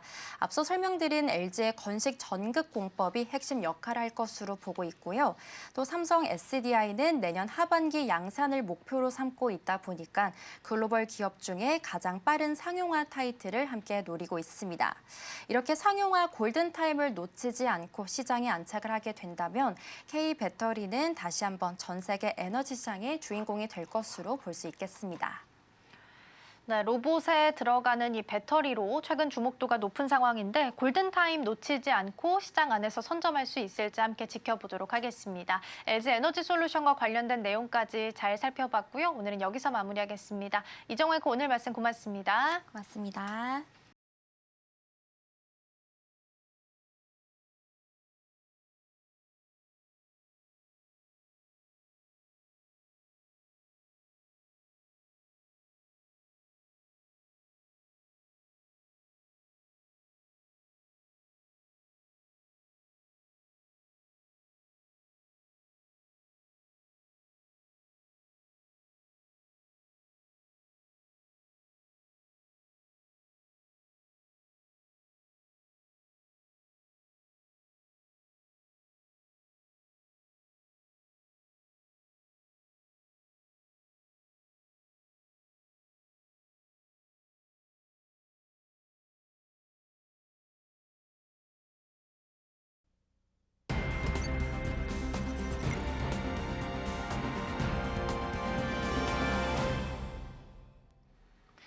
개장까지 8분 남은 시점 스탁포인트 시작하겠습니다. SCTV 황민혁 전문가와 함께합니다. 어서 오세요. 네, 안녕하십니까. 네, 우리가 쉬어가는 동안 뉴욕 증시에서는 AI 관련주들의 흔들림이 좀 있었습니다. 그래도 간밤 뉴욕 증시 3대 지수는 상승으로 마감을 했고요. AI 캐펙스 투자가 정당하다라는 목소리들이 흘러나왔고 또 주요 기술주들의 저가 매수세가 함께 들어왔습니다. 다만 FOMC 의사록이 함께 공개가 됐는데요. 금리 인상에 대한 시나리오가 거론이 됐다라는 소식 속에서 장중의 상승분을 대거 토해내는 그런 막판 변동성을 보여줬지만 다시 한 번 더 급반등하면서 마감을 했습니다. 또 엔비디아가 지금 메타와 대규모 반도체 공급 계약 소식을 체결하면서 이 점들이 국내 반도체주에게는 어떤 영향을 미칠지 잠시 후 확인해 보도록 하겠습니다. 긴 연휴를 보내고 돌아온 국내 증시 연휴 전의 모습들을 잠시 짚어보면요. 일단 지난주 금요일 국내 증시도 장중 큰 변동성 보이면서 하락 마감했습니다. 다만 삼성전자는 거침없이 올라가는 모습을 보여줬고요. 최근 6거래일 연속 강세를 나타냈습니다. 18만 전자 고지에도 올라서게 되면서 최근에는 이제 아시아 증시로 외국인 투자자들이 발길을 돌리고 있다라는 보도들도 이어지고 있는데요. 그렇기 때문에 오늘 다시 한번 외국인들의 매수세가 찍힐지 이 점도 주목을 해보도록 하겠습니다. 전문가님, 그렇다면 현재 우리 시장의 분위기부터 다시 한번 짚어볼까요? 네, 일단 저희가 휴일 동안에 있었거든요. 이제 그 전에 국내 증시의 마감 상황을 보게 되면은 이 변동성은 좀 있었습니다. 하지만 코스피 시장의 변동성보다 코스닥 시장의 변동성이 좀 더 컸죠. 일단 뭐 그 지난 금요일날 국내 증시의 경우에는 이 코스피 지수의 이제 소폭 하락이 좀 있었고 그 안에서 종목들도 이제 하락 종목들이 좀 많이 잡혔는데요. 하지만 그 안에 또 상승하는 종목들이 좀 있었죠. 특히나 삼성전자 같은 경우에는 지난 금요일 시장이 흔들렸음에도 불구하고 상승하면서 이제 마감이 됐었고 그다음에 시장 안에서 좀 상승했던 그 업종들 섹터를 본다면 아무래도 이제 증권주 이쪽이 좀 강세 현상이 좀 나왔습니다. 증권주의 경우에는 이제 시장이 또 많이 올라왔기 때문에 시장을 따라서 올라가는 그런 이제 영향도 있었고 대신 증권에서 자사주 소각 소식이 또 있다 보니까 결국은 증권주들의 전반적인 상승 흐름이 또 나왔다 이렇게 볼 수가 있습니다. 하지만 좀 아쉬웠던 부분이 뭐냐면 이제 국내 증시가 일단 쉬었습니다. 쉬어가고 있는 과정에서 일단 미국 증시의 경우에도 사실 좀 떨어지거나 또 올라가거나 이 큰 변동성 좀 없었고 그리고 이제 국내 미국 증시 같은 경우에는 아무래도 이 마지막 거래일 날 이제 오늘 새벽에 마감된 이 시장에서 기술주들의 상승 흐름이 좀 나왔기 때문에 국내 증시의 경우에는 어쨌든 미국 증시가 큰 변동성이 없을 때 또 올라갔던 증시거든요. 그래서 휴일이 없었다면 국내 증시는 또 개별적으로 더 올라가지 않았을까라는 기대감도 또 있었고 일단 미국 증시가 또 원활하게 잘 마감이 됐고 우리나라 증시가 이제 휴일이 끝난 상태에서 또 출발을 준비하고 있는 상황인데 아무래도 오늘 역시 IT 쪽에 대한 강세 분위기라든지 또는 증권주라든지 이 시장의 또 강세 분위기가 좀 나올 수 있으니까요. 종목들의 경우에는 그 설 연휴 전에도 말씀드렸지만 종목을 굳이 팔 필요 없었다라고 얘기했었고 여전히 상승량에 대한 이 베팅이 가능한 증시라는 거 좀 기억하시면서 가시면 좋을 것 같습니다. 네, 긴 연휴를 보내고 온 국내 증시긴 하지만요. 그래도 다행히 간밤 뉴욕 증시의 분위기가 좋았습니다. 그렇기 때문에 오늘 국내 증시도 좋은 출발 분위기로 시작할 것으로 예상이 되고 있고요. 코스피는 지금 호가상으로 2.24% 오르면서 5,600포인트 선 돌파하면서 출발할 것으로 예상이 되고 있는 상황이고요. 코스닥의 경우에도 1.13% 상승하면서 1,100포인트 선 위에서 출발할 것으로 예상이 되고 있는 상황입니다. 또 들려왔던 소식이 사실 엔비디아가 메타랑 대규모 반도체 공급 계약 체결 소식이 들려왔습니다. 당연히 엔비디아에 납품을 하는 국내 반도체 투탑도 강세가 기대가 되고 있는데요. 지금 프리마켓에서 삼성전자가 4% 넘게 뛰면서 18만 8천 원 선에서 거래가 되고 있고요. SK하이닉스도 90만 닉스 다시 회복을 했습니다. 그렇다면 선택지가 지금 최근에 신고가를 계속해서 뚫고 있는 삼성전자랑 또 90만 닉스 다시 탈환한 이 하이닉스 중에서 매매 관점에서는 어느 쪽이 조금 더 접근이 쉬울까요? 지금까지의 사실 상승률로 본다면 하이닉스의 상승률이 굉장히 크거든요. 그래서 하이닉스가 조금 더 탄력적이다 이렇게 볼 수가 있는데 반면에 어찌 보면 이제 주가가 많이 올랐기 때문에 가격적인 부담이 좀 많이 됩니다. 그리고 뒤늦게 이제 올라오기 시작했던 삼성전자의 경우에는 하이닉스보다는 상승폭 자체는 좀 크지 않아요. 하지만 뒤로 갈수록 조금 더 강하게 흐름을 좀 만들어가고 있는 그런 분위기다 보니까 지금을 봤을 때는 이제 현재부터 앞으로 시장을 봤을 때 삼성전자 쪽이 조금 더 추가적인 상승 가능성이 좀 높다 이렇게 볼 수가 있고요.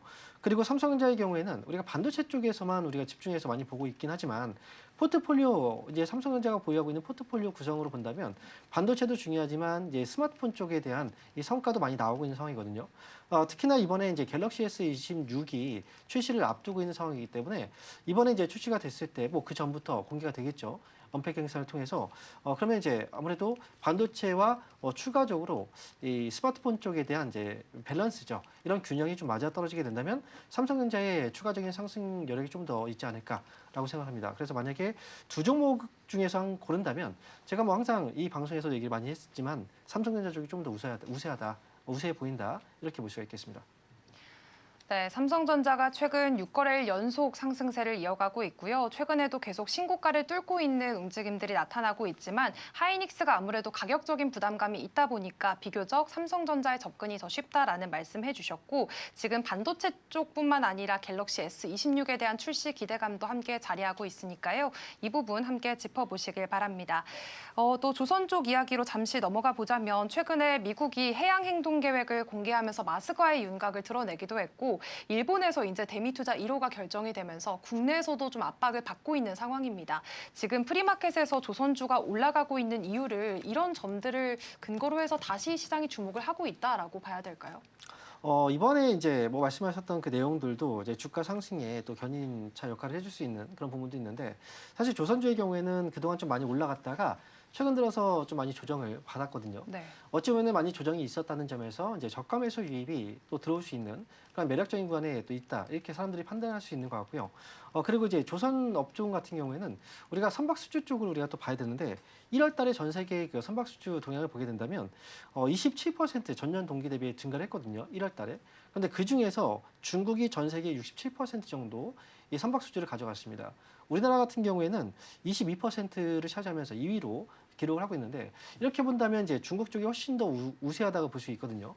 하지만 이제 이렇게 중국 쪽에서 선박 수주를 많이 가져갔던 건 저가 수주라는 거죠. 그래서 저가 선박 수주를 많이 가져갔고 이 물량들을 어쨌든 지금 중국 내에서 생산을 해야 됩니다. 그렇다고 한다면 조선소에 안에서 이 가동을 많이 해봐야 앞으로 수주를 더 많이 이제 받는다고 하면 이걸 못 따라가거든요.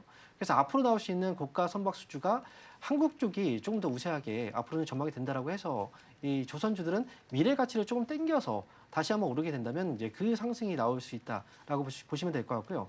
따라서 조선주의 경우에는 최근에 주가가 많이 떨어졌기 때문에 저가 이 매수에 대한 이 메리트 그리고 지금 앞으로에 대한 기대감들이 반영되고 있기 때문에 이 부분에 대해서 이제 반등이 나와도 하지만 저는 아무래도 단기적인 대응이 좀 하시는 게 훨씬 좋지 않을까 이렇게 보고 있습니다.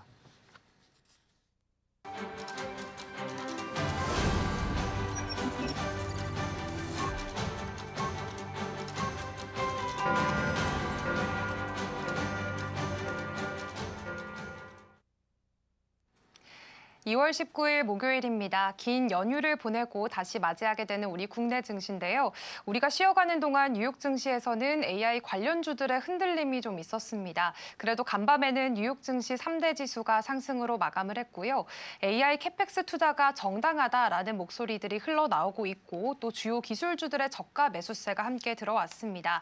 다만 FOMC 의사록이 공개가 됐는데 금리 인상에 대한 시나리오가 거론됐다라는 소식에 장중 변동성을 보여주기도 했습니다. 그래도 상승으로 마감했기 때문에 오늘 국내 증시의 분위기도 함께 살펴보도록 하겠습니다. 네, 오늘 양지수 모두 상승으로 출발하고 있습니다. 코스피는 2.45% 오르면서 5,642포인트 선에서 출발을 하고 있고요. 5,600포인트 뚫어내는 모습들도 확인이 되고 있습니다. 코스닥도 1.59% 상승을 하면서 1,123포인트 선에서 문을 열었습니다. 오늘 국내 증시 양시장 모두 분위기 좋게 출발을 하고 있는데요. 그렇다면 코스피 시총 상위주들의 움직임도 살펴보겠습니다.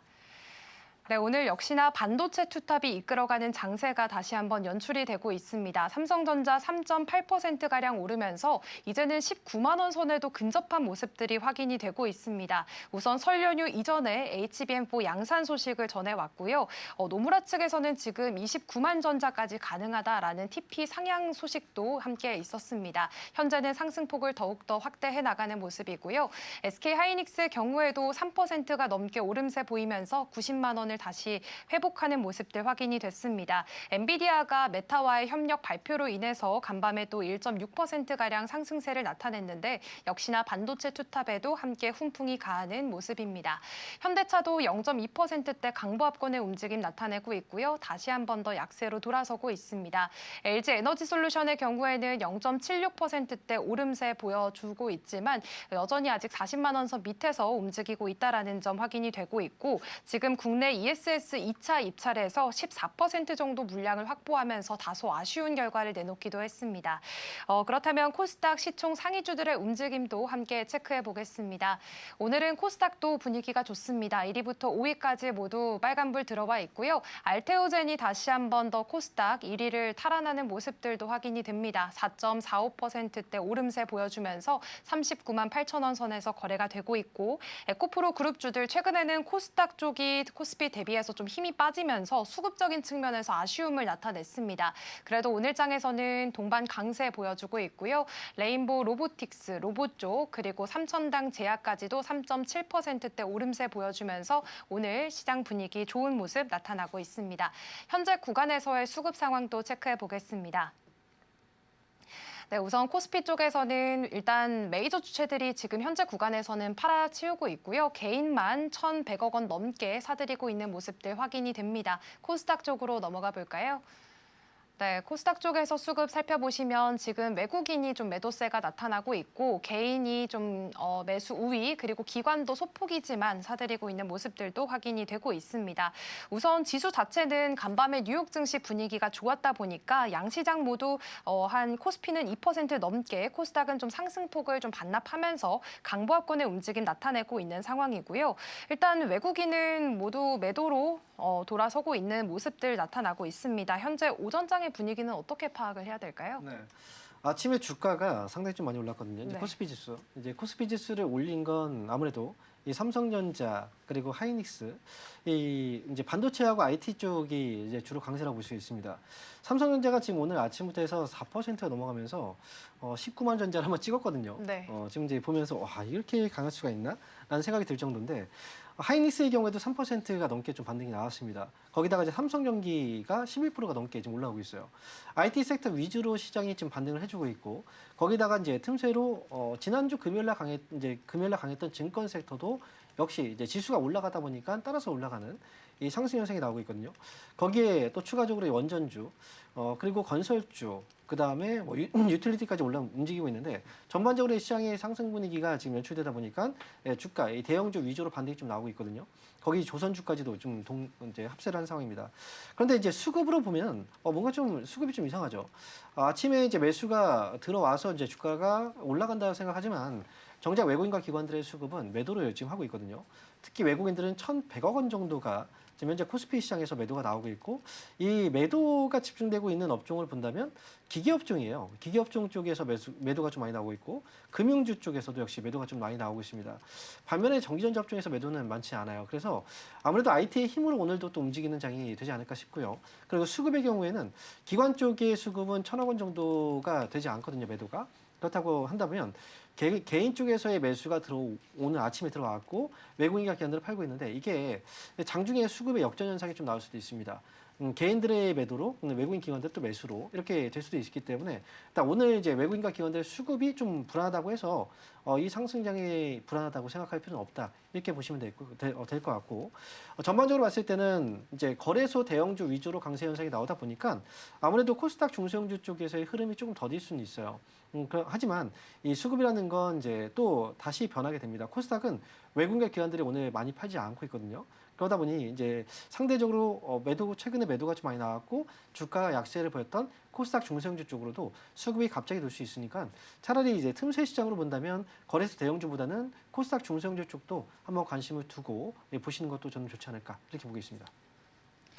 네, 우선 오늘 지수는 지금 대형주 위주로 함께 형성이 되면서 올라서는 모습들이 나타나고 있고요. 특히나 IT 섹터 위주로 반등이 또 나오고 있는 모습입니다. 삼성전자가 지금 4.8% 오르면서 19만 전자 등극한 모습들이 확인되고 있고요. SK하이닉스도 한 2.6% 오르면서 지금 반도체 투탑이 이끌고 있는 장세가 확인이 되고 있습니다.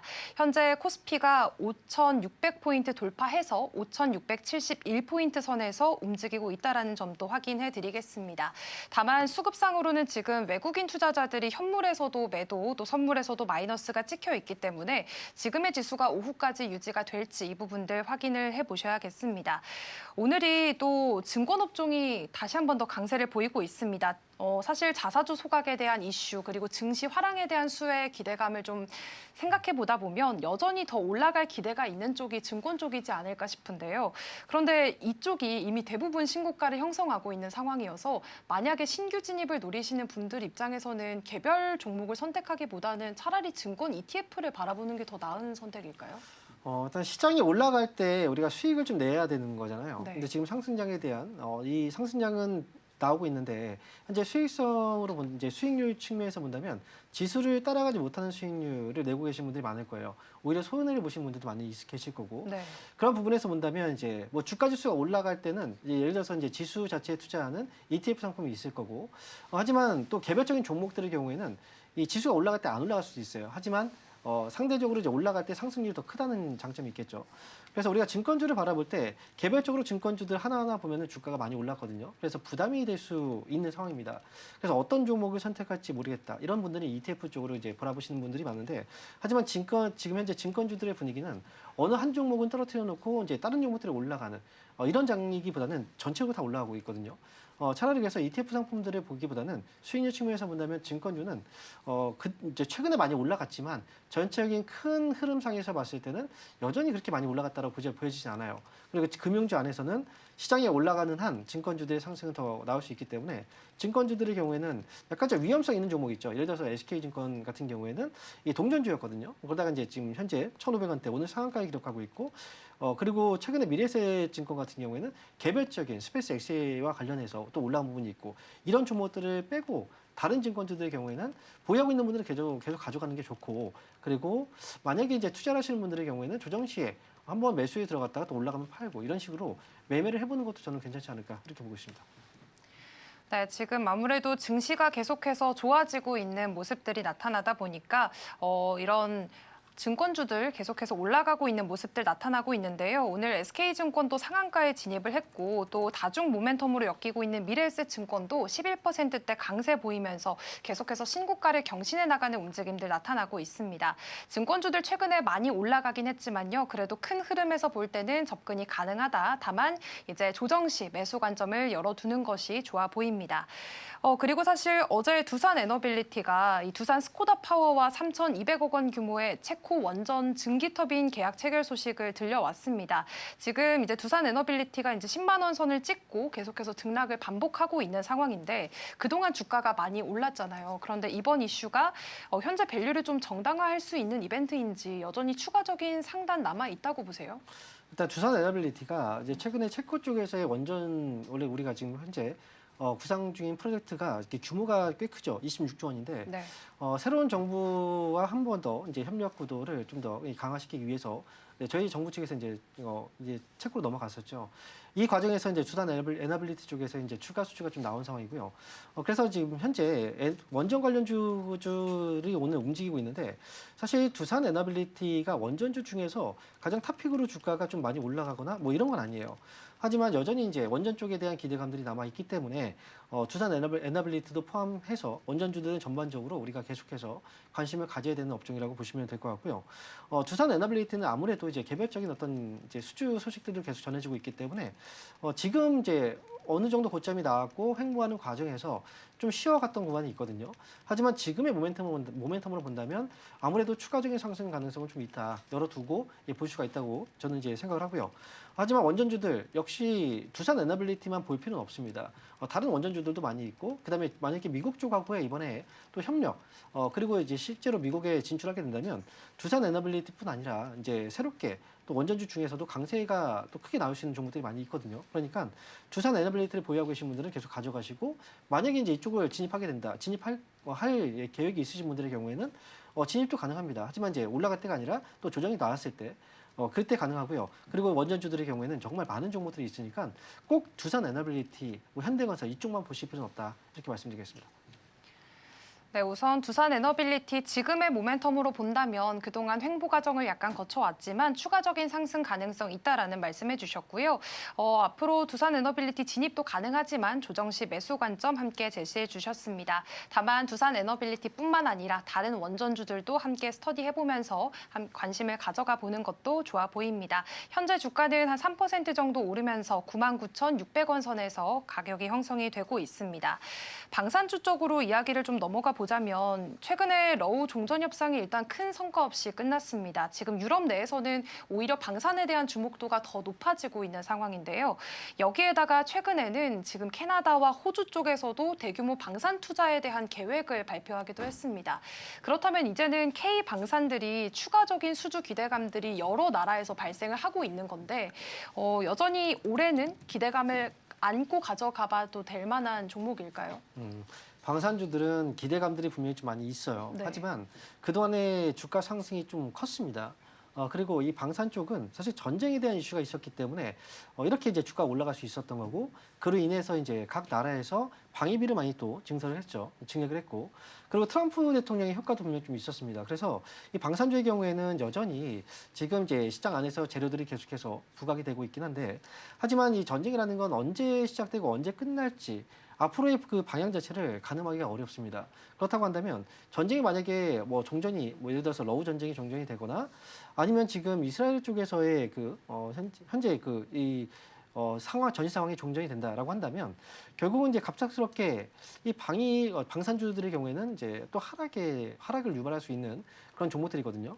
그렇기 때문에 지금은 방산주들은 앞으로의 전망들을 가지고 계속 이제 매수를 해서 가져간다, 장기 투자한다라는 관점보다는 오히려 올라갈 때마다 종목 이제 좀 비중을 정리를 해나가는 게 좀 좋지 않을까 생각을 하고 있어요. 왜냐하면 우리가 예측할 수 없는 부분이거든요.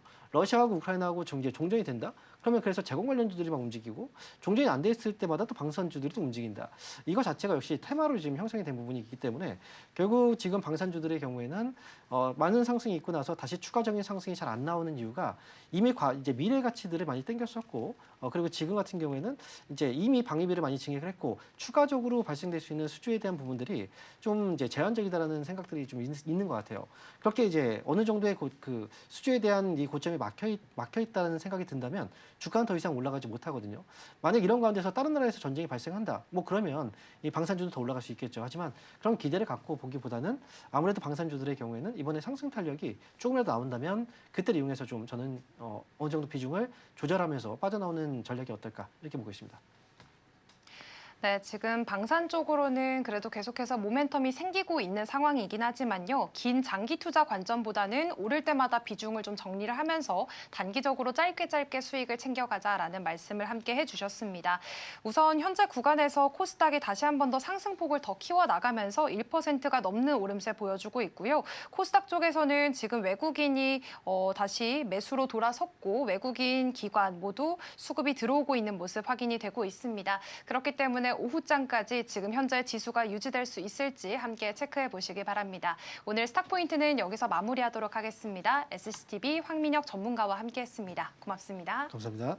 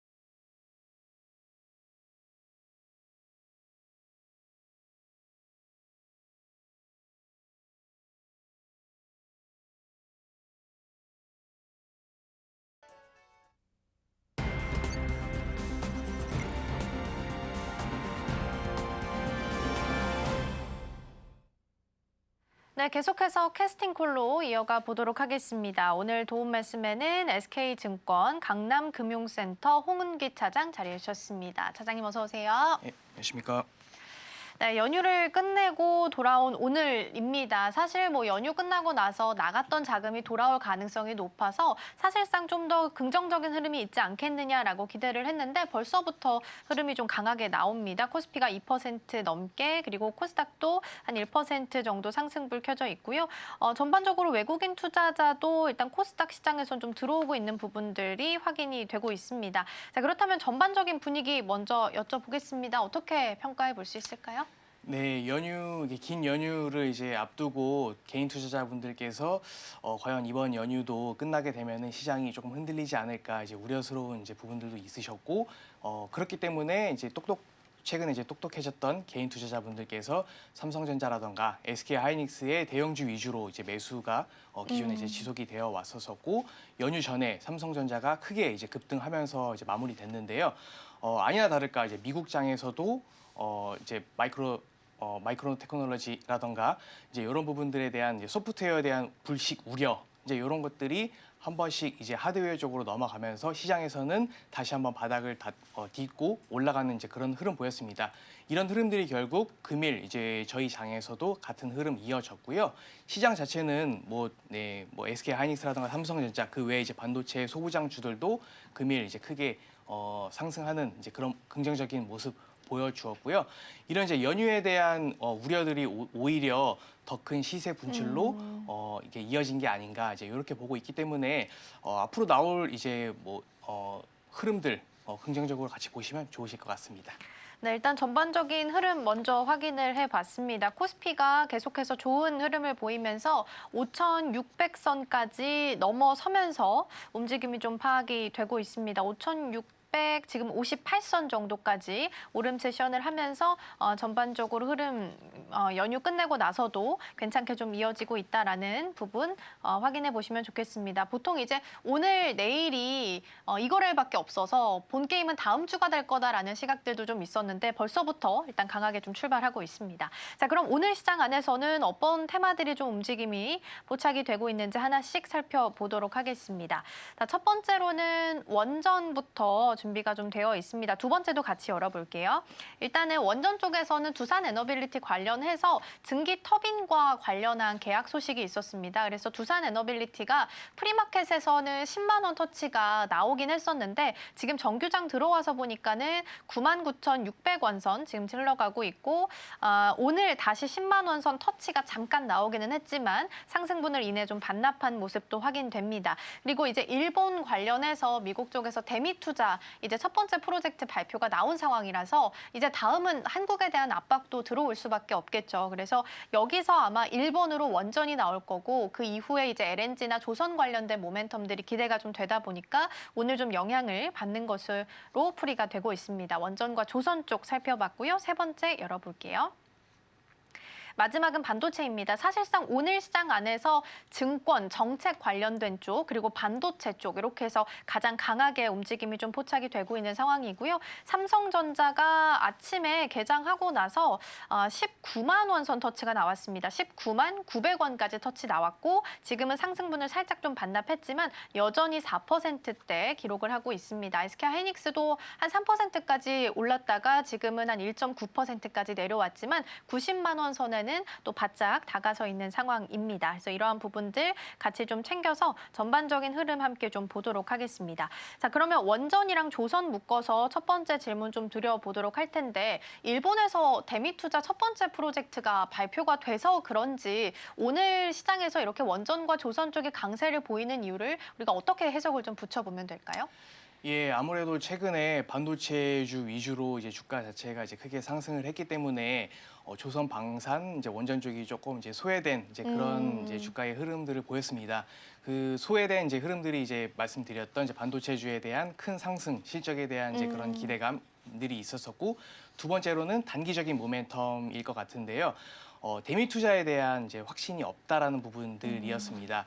3월께에는 어느 정도 이게 그 시장에서 이제 흐름들이 긍정적인 이제 흐름들로 나와줄 거로 보여지고 있지만 아직 정부에서도 이제 여야 이제 그 의견들이 이제 좁혀지지 않았던 부분들, 근데 이런 부분들은 네, 3월께 되면은 충분히 해소가 될 것으로 보여지고 있고 결국 3,500억 달러에 대한 이제 투자 자체가 가시화되고 본격적으로 됐을 때 이제 미국 쪽 이제 트럼프 쪽 행정부에서도 직접적으로 이제 이루어지겠다라는 부분들이 이제 이어지기 때문에 조선 이제 원전 방산들이 조금 이제 흘러가는 흐름들 보였고 오히려 실적 최근 이제 미국 쪽에 이제 마이크론이라던가 이제 마이크로소프트, 오라클 다양한 이제 실적들이 나오면서 같이 이어져가는 반도체에 대한 흐름들이 더 큰 시장에서 수급이 몰려진 게 아닌가 이제 이렇게 보고 있고요.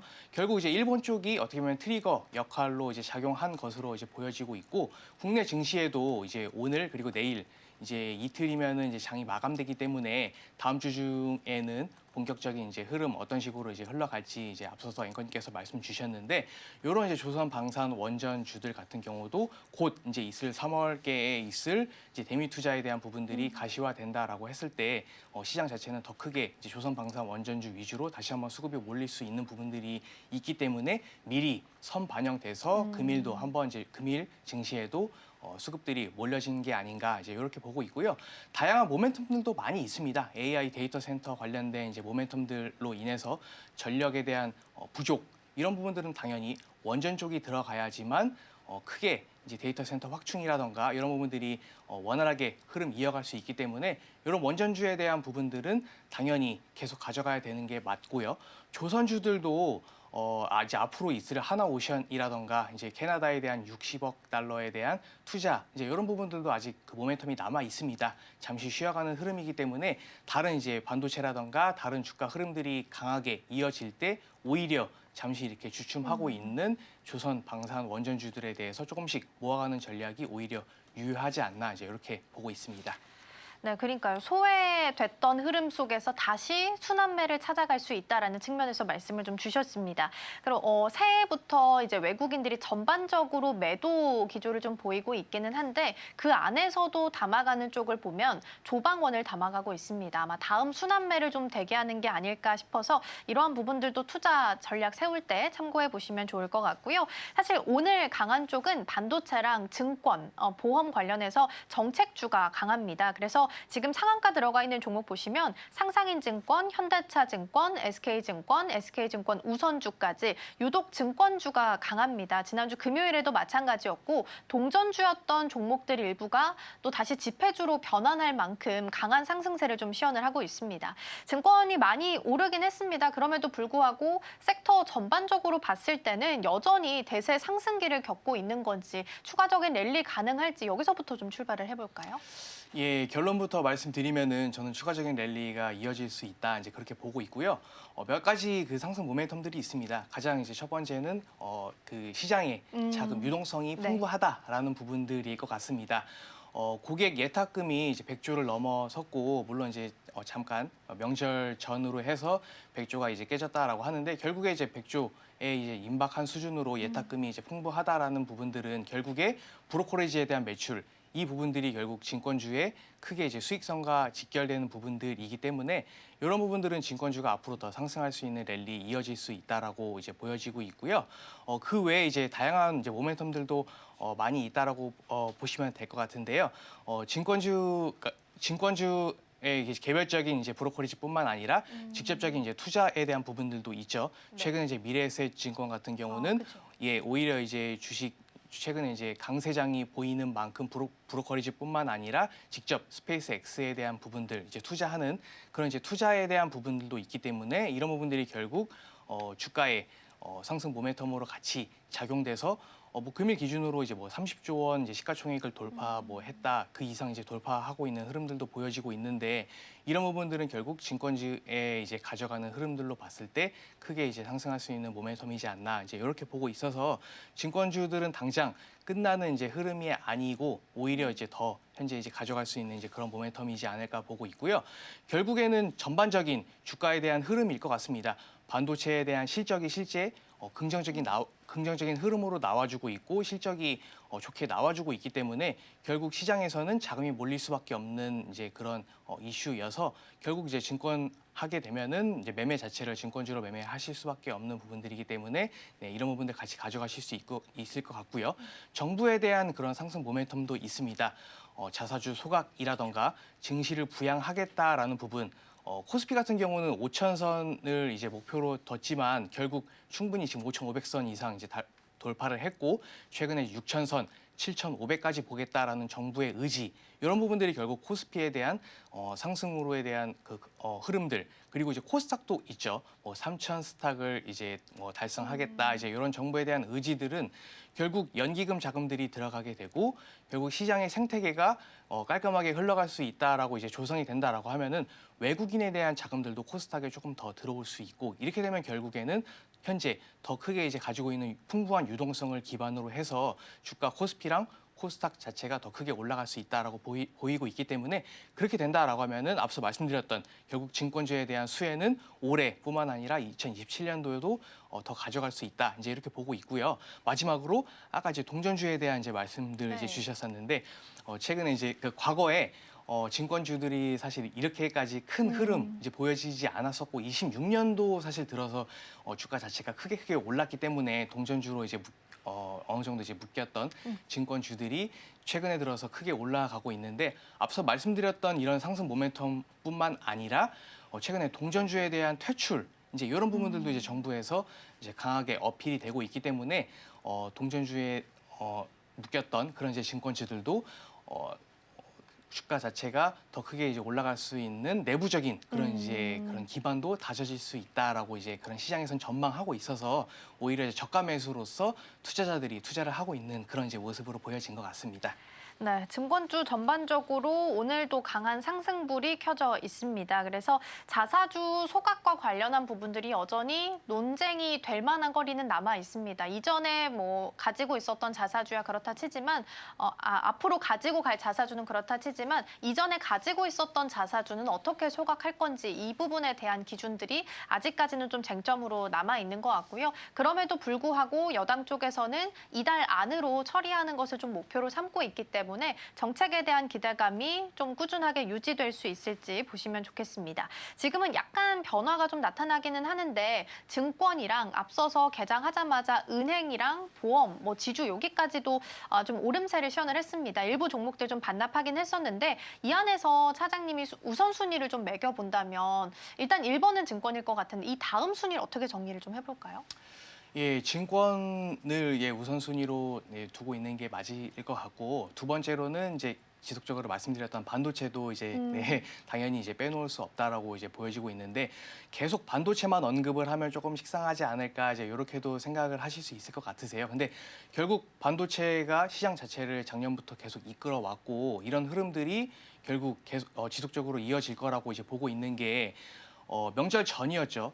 미국에 있는 이제 소프트웨어에 대한 그런 이제 우려, 결국 AI를 잡아먹는다라는 이제 그런 이제 우려들로 인해서 시장 자체에는 소프트웨어 관련 주들이 크게 흔들렸었고 엔스로픽에 대한 이제 그런 시장에 대한 그런 전망들, 결국 이런 소프트웨어가 기존에 가지고 있었던 마이크로소프트웨어에 대한 구독 경제에 대한 그런 소프트웨어가 결국 무너지지 않을까, 뭐 오라클에 대한 이제 우려, 이제 이런 것들이 결국 파급적으로 이제 이어지면서 시장에서는 어느 정도 이제 하락을 하는 모습을 보여줬는데요.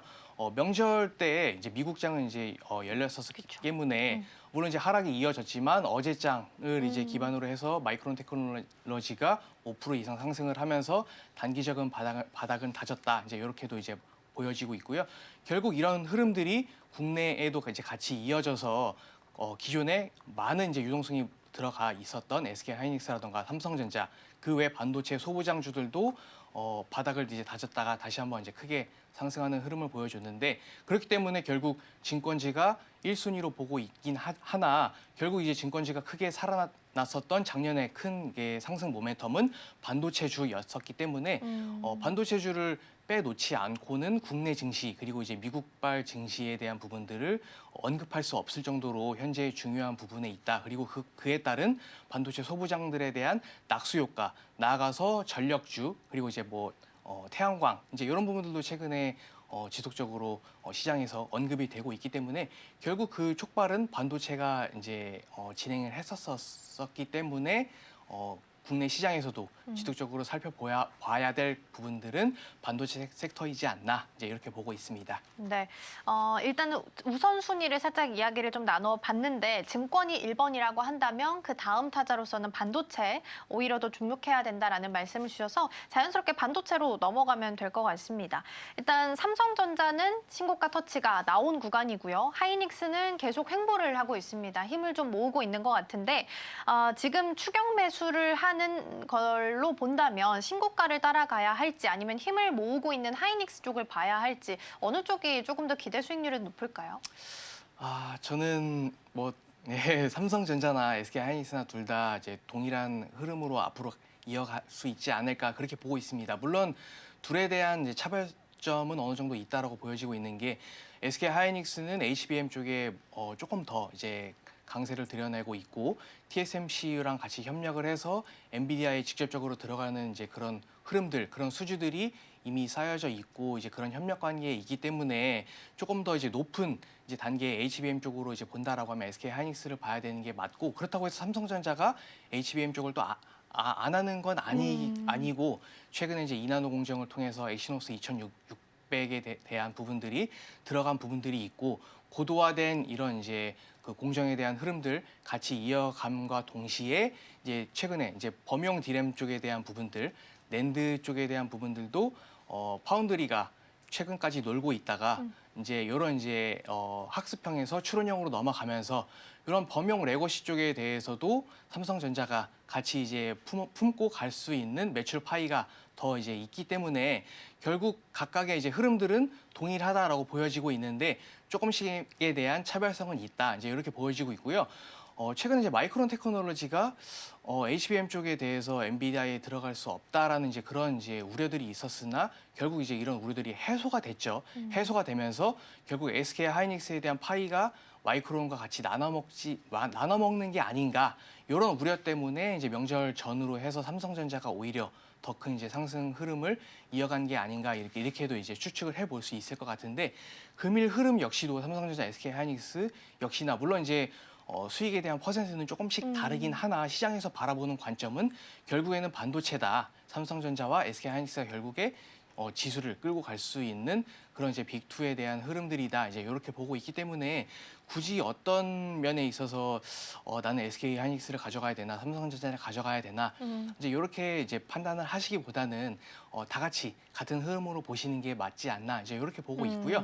그럼에도 불구하고 나는 조금 더 상승 탄력을 볼 수 있는 그런 종목들로 가져가고 싶다라고 하면은 현 시점 물론 이제 앞으로 중장기적으로는 조금 시장 상황이 달라질 수 있겠으나 현 시점에서는 삼성전자를 가져가는 게 조금 더 긍정적이지 않을까 저는 그렇게 보고 있습니다. 네, 정리해보면 두 종목에서 어떤 종목이 낫다 뭐 고를 필요는 사실상 없겠지만 상승 탄력적인 측면에서 지금 시점으로 본다면 삼성전자가 조금 더 있을 수 있겠다라는 측면에서 말씀을 좀 주셨습니다.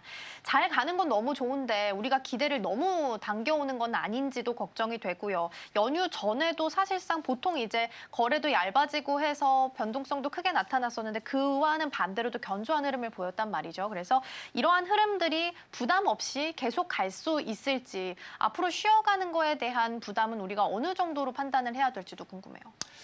네, 쉬어가는 흐름들이 사실 명절 전후로 해서 어느 정도 이제 주가가 쉬어가고 그 이후에 더 큰 이제 상승이 이어지지 않을까 맞아요. 혹은 조금 이제 조정을 보이면서 이게 주가가 더 이상 상승에 대한 큰 흐름은 없지 않나 이런 부분들이 시장에서 많이 그 의견이 분분했던 그쵸. 것 같습니다.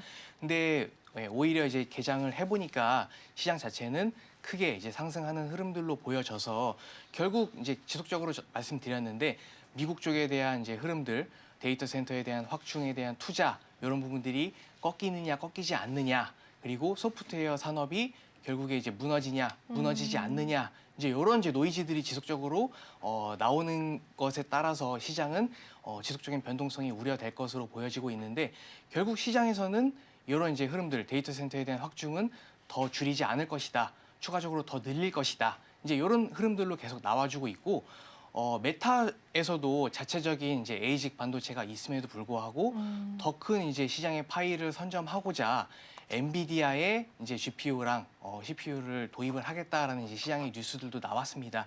이런 부분들이 결국 투자를 줄이기보다는 오히려 더 큰 투자를 지속적으로 단행을 하겠다라는 시장의 흐름들은 아직 시장 꺾이지 않았다. 반도체에 대한 흐름들은 지속적으로 더 26년도, 27년도 가져갈 수 있다라는 시장에 대한 긍정적인 흐름들과 이제 그런 수급들이 지속적으로 몰려올 수밖에 없는 그런 모멘텀이지 않나 이제 이렇게 보고 있고요. 이런 부분들은 결국 국내 증시에도 같이 이제 바통 터치를 해서 SK하이닉스라던가 삼성전자 그리고 이제 나아가서 아직 소부장주들 중에서 더 크게 이제 오르지 못했던 이제 그런 섹터들이 있습니다. 이런 부분들은 이제 나아가서 같이 순환이 돌게 됐을 때 26년도 더 큰 상승으로 이어질 수 있지 않을까 이제 이렇게 보고 있기 때문에 이런 시장의 흐름들을 같이 체크하면서 투자를 하시면은 시장 상황에서 굉장히 큰 흐름 같이 따라갈 수 있지 않을까 그렇게 보고 있습니다. 네. 투톱도 있지만 소부장이나 아니면 작은 쪽 반도체 테마들 언급을 좀 살짝 해주셔서 여기랑 연결해서 좀 볼게요. 외국인이 픽한 종목 중에 두산, ISC, VM이 언급이 좀 됐습니다. 만약에 나는 투톱이 어느 정도 포트에 좀 자리를 하고 있는 상황이라면 리스크 관리 차원에서 소부장단을 좀 본다 했을 때 오히려 외국인들이 담아가는 종목들 위주로 해서 나도 그 시선을 좀 따라가 보면 어떨까라는 생각도 들어서요. 여기에 대해서 차장님은 어떻게 좀 보세요? 네, 저도 말씀 주신 거에 대해서 굉장히 공감하고 동의하고 있고요. 투톱 위주로 이미 개인 투자자뿐만 아니라 기관들도 이미 ETF 쪽에서 많은 자금들이 세팅이 되어 있습니다. 그렇죠. 그렇기 때문에 외국인들도 지금 시점에서 오히려 들어가는 게 부담스럽지 않나. 오히려 외국인 입장에서 봤을 때는 그렇죠. 이제 그렇게 판단이 되고 그렇기 때문에 반도체를 최근에 외국인들이 많이 이제 팔고 있고 오히려 이제 금융이라던가 은행 쪽 이런 쪽으로 이제 들어가고 전력 이제 이런 쪽으로 오히려 이제 수급이 들어가면서 상대적으로 반도체는 개인 투자자분들이 이제 들어갔다가 오히려 이제 외국인이 들어갈 때 조금 이제 올랐을 때 그쵸. 이제 차익 실현하는 이제 이런 모습 보였는데 결국에 장기적으로 현재 수준보다 더 큰 상승이 지려면은 기관뿐만 아니라 외국인 자금들이 들어와야지 반도체 에 대한 이제 빅2에 대한 흐름들이 더 크게 이제 상승할 수 있는 모멘텀으로 작용될 수 있기 때문에 외국인들에 대한 흐름들 지속적으로 체크하는 게 맞으실 것 같고요. 결국 반도체에 대한 소부장주 외국인들이 들어간 거에 대해서 같이 따라가는 게 어떻냐라는 의견을 주셨는데 저는 당연히 맞다라고 보여지고 있고 그래서 말씀 주셨던 이제 ISC라던가 두산 특히 두산 쪽이 이제 최근에 이제 한 4, 5거래일 거래일 흐름들만 본다라고 했을 때 네. 현재 단기적인 이제 바닥을 다지고 상승하는 이제 흐름들 보여지고 있는데 전 고점 부근에 현재 봉착되어 있습니다. 이 부분만 돌파한다라고 하면은 더 큰 상승 흐름 이어질 수 있을 것 같고요. 결국에 이제 기판주들 관련돼서 최근에 이제 이수페타시스라던가 삼성전기 그리고 네. 이제 코리아 서키트 어느 정도 똑같은 흐름 보여줬습니다. 최근에 흐름들 조금 쉬어가는 흐름들로 인해서 전 고점 부분 다시 한번 돌파할 수 있지 않을까 이제 이렇게 시장에서도 이제 바라보고 있는데 결국 기판 쪽에 들어가는 이제 두산의 이제 CCL 부분, 두산전자 쪽에 대해서 강점을 보여지고 있고 결국 이제 기판 쪽이 더 크게 고도화되고 미세화 공정으로 들어갔을 때 CCL 쪽에 대한 이제 니즈는 시장에서 당연히 들어갈 수밖에 없고 엔비디아가 이제 GB300을 이제 들어간다라고 했을 때 두산 쪽이 이제 엔비디아랑도 직접적인 협력 관계이기 때문에 결국 CCL에 대한 수요는 지속적으로 증가할 수밖에 없고 이런 이제 원자료에 대한 수요들도 같이 동반해서 들어갈 수 없기 때문에 두산 쪽도 이제 긍정적인 흐름으로 같이 보시면 좋으실 것 같습니다. 두산이 지금 그 백두산이라고 우리가 부르는데 100만 원 터치까지 봤을 때 지금 딱 1,000원 남았습니다. 오늘 99만 9천 원 선 지나가고 있고 100만 원이 11월 20일 날 터치가 나왔기 때문에 추가적으로 여기를 뚫어줄 수 있을지가 가장 중요한 포인트가 되겠습니다. 자, 그럼 일단 반도체 안에서 탑픽 종목도 궁금합니다. 일단은 여러 종목들 언급을 좀 해주셨는데 사장님께서 보시는 가장 탑픽 종목은 어떤 종목일까요? 예, 저는 이제 삼성전자를 탑픽으로 이제 보고 있는데 너무 대형주를 이제 탑픽으로 꼽은 게 아닌가라고 이제 말씀해 주실 수도 있으실 것 같은데 현재 시장 자체가 이미 긴 연휴를 이제 끝났고 너무 이렇게 적은 종목, 시가총액이 이제 낮은 종목들을 다루시기보다는 오늘 그리고 내일장에서는 어느 정도 시장에 대한 흐름들이 어떻게 이어가는지 물론 이제 장 초반에는 현재 미국장에 대한 여파로 크게 이제 상승했던 흐름들이 이어가고 있는데 오후장도 이런 흐름들 같이 이어질 것으로 이제 보여지고 있습니다. 그럼에도 불구하고 아직 이제 큰 기업들의 실적 발표들이 남아 있고 뭐 내일장에서 다시 한번 시장이 꺾일 수도 있다라는 그쵸. 부분들은 배제할 수 없는 부분들이기 때문에 오히려 이제 가져간다라고 했을 때 대형주 위주로 특히 이제 반도체에 대한 대형주 위주로 가져가는 게 맞지 않나 이제 그렇게 보여지고 있어서 삼성전자를 저는 이제 탑픽으로 이제 꼽았고요. 금일도 이제 4% 이상대의 흐름들 보여지고 있습니다. 20만 원대, 19만 원까지 이제 흐름 이어졌다가 조그만 이제 윗꼬리를 달고 현재 흐름 이어지고 있는데 결국 20만 원 돌파는 시간에 대한 흐름이지 우리가 이제 뭐 앞으로에 대한 이게 우려스럽냐 이런 부분들은 사실 논할 거리는 아닐 것 같습니다. 이미 이제 앞서 충분히 설명드렸습니다. 반도체 이제 공급자 우위에 있고 시장에 대한 이제 낸드라던가 디램, HBM에 대한 가격은 전월 대비 그리고 이제 전년 대비해서도 지속적으로 상승하는 흐름들 보여지고 있기 때문에 이런 흐름들과 니즈, 그러니까 AI에 대한 이제 학습에서 추론으로 넘어가면서에 대한 하드웨어에 대한 니즈는 지속적으로 나와줄 수밖에 없기 때문에 이런 부분을 결국 삼성전자에 대한 직접적인 수혜다. 그리고 이제 앞서 말씀드렸던 엑시노스 2600에 대한 부분들 그리고 S26에 대한 이제 출시가 현재 이제 코앞에 있기 때문에 이런 흐름들은 결국 시장에서 결국에 이제 삼성전자에 대한 스마트폰에 대한 기술력이 역시나 인정됐다. 기술력이 계속 상승하고 있다라는 부분들을 검증할 수밖에 없는 그런 시기이기 때문에 SK하이닉스도 물론 좋지만 오히려 이런 단기적인 상승 모멘텀으로는 삼성전자가 조금 더 가져갈 수 있지 않나 이제 이렇게 보고 있어서 토픽으로는 삼성전자를 네. 뽑도록 하겠습니다. 네, 그러니까 오늘 내일은 시장 흐름을 좀 더 읽어야 한다라는 측면에서 오늘 토픽을 좀 주셨습니다. 그래서 좀 더 큰 종목 위주로 일단 집중을 좀 해보자라고 말씀해 주셨고요.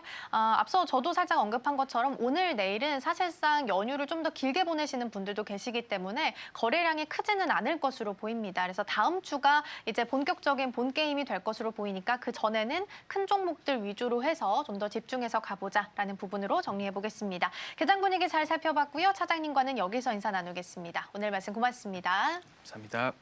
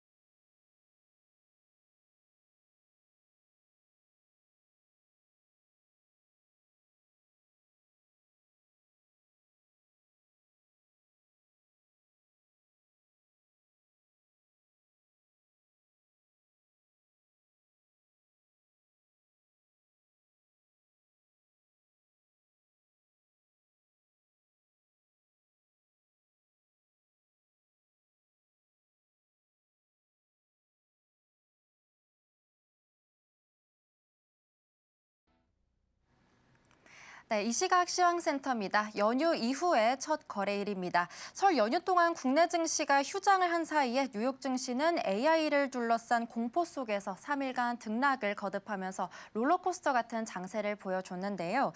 갈수록 AI 공포가 완화되고 또 저가 매수세가 유입되는 흐름을 보였지만 3거래일간 3대 지수는 소폭의 상승세를 보이는데 그치게 됐습니다. 우선 명절 이후에 주가가 오른다라는 속설과 관련해서 최근 10년간 통계를 분석한 결과 상승과 하락이 반반씩 나타났는데요. 과연 오늘 코스피와 코스닥 지수는 어떤 선택을 하게 됐을지 양시장 지수부터 확인해 보겠습니다. 네, 오늘 양시장 모두 강한 빨간불 켜내면서 설 연휴 이후에 더 불붙은 모습을 보여주고 있습니다. 코스피 같은 경우에는 2.87%에 상승하면서 5,600선을 돌파해낸 모습이 나오고 있는데요. 현 시각 5,666선 지나가고 있는 모습 확인되고 있습니다. 코스닥 같은 경우 경우에는 1.14%대 상승불 켜내고 있습니다. 현 시각 1118선에서 거래되고 있는 모습 확인되고 있습니다. 다음으로 수급 상황으로 넘어가서 분위기 확인해 보겠습니다. 우선 코스피 시장 같은 경우에는 현재 기관만이 담고 있는 모습이 확인이 되고 있습니다. 현 시각 2,500억가량 순매수 보이고 있는 가운데 오늘은 개인과 외국인이 차익 실현에 나서는 모습이 확인되고 있습니다. 다음으로 코스닥 시장도 분위기 확인해 보겠습니다. 네, 코스닥 시장에서는 반대의 모습이 나타나고 있습니다. 메이저 주체들이 모두 담아내고 있는 모습이 확인되고 있는데요. 외국인이 현 시각 848억 원, 그리고 기관은 300억 원가량 물량 담아내고 있는 가운데 코스닥 시장에서도 현재 개인이 차익 실현에 나서고 있는 모습이 확인되고 있습니다. 다음으로 시가총액 상위 종목 움직임 코스피 시장부터 확인해 보겠습니다. 네, 오늘 전반적으로 빨간불이 켜지고 있는 코스피 시장입니다. 우선 반도체 투톱이 오늘 코스피 지수를 강하게 견인해주고 있는 모습이 확인되고 있는데요. 삼성전자 같은 경우에는 4.8% 상승하면서 19만 전자에 달성된 모습 확인이 되고 있습니다. SK하이닉스도 현 시각 2%대 상승불 켜내고 있는데요. 현재 90만 닉스에 다가고 있는 모습 확인이 되고 있습니다. 삼성전자, SK하이닉스 반도체 투톱이 오늘도 굉장히 기분 좋은 흐름을 보여주고 있는 모습 확인되고 있습니다. 네, 현대차는 현재 소폭의 상승불 켜내고 있습니다. 0.6%대 빨간불 켜내면서 50만 2천 원에 거래가 되고 있고요. 오늘 두산 에너빌리티 그리고 하나 에어로스페이스 등 원전과 조선 쪽도 굉장히 흐름이 좋습니다. 두산 에너빌리티 같은 경우에는 어제 또 수주 소식이 있었습니다. 계약 체결 소식이 있었는데요. 증기 터빈과 관련해서 체코 두코바니 원전에 3,200억 원 가량의 규모의 두산 스코디 파워와 체결했다라는 소식이 있었습니다. 두산 에너빌리티가 오전장에 10만 원 선을 터치하기도 했는데요. 지금은 소폭 하락하면서 99,700원에 거래되고 있는 모습이 확인되고 있습니다. 하나 에어로스페이스 같은 경우에도 굉장히 오늘 좋은 흐름을 보여주고 있습니다. 최근 들어 루마니아 쪽에도 생산 시설을 착공했다라는 소식도 있었고요. 그리고 계속해서 실적도 잘 나오고 있죠. 오늘도 3%대 상승불 켜내면서 113만 9천 원에 거래가 되고 있습니다. 오늘 조선주 쪽도 굉장히 흐름이 좋은데요. 트럼프가 조선업 재건에 대한 이 청사진을 내세우자 조선업 쪽으로 굉장히 수혜가 가고 있는 모습이 확인되고 있습니다. HD 현대중공업이 현재 8% 가깝게 상승하면서 58만 6천 원에 거래가 되고 있는 모습이 확인이 되고 있고요. 오늘 SK스퀘어도 3%대 빨간불 켜내고 있는 모습 확인되고 있습니다. 지금까지 시황센터에서 전해드렸습니다. 네, 연휴를 끝내고 돌아온 첫날입니다. 오늘 우리 시장 강하게 움직임 포착되고 있고요. 반도체 투톱 그리고 조방 원적으로 시세가 좀 들어오게 되면서 지수 상승에 대한 기여도가 크게 확인되고 있습니다. 다만 오후장까지 이어질 수 있을지는 좀 보셔야 될 것 같고요. 일정상 현재 시간 2월 19일 기준으로 트럼프 대통령의 평화위원회 첫 개최 소식도 있습니다. 한국은 옵저버 자격으로 참여를 한다고 하니까 이 부분도 같이 참고해서 보시면 좋겠습니다. 저희가 방송 중에 제공해드린 정보는 투자 판단을 위한 조언일 뿐 해당 종목의 가치와 수익률은 보장하지 않습니다. 저희는 내일 더 다양한 소식 준비해서 돌아오겠습니다. 시청해주신 여러분 고맙습니다.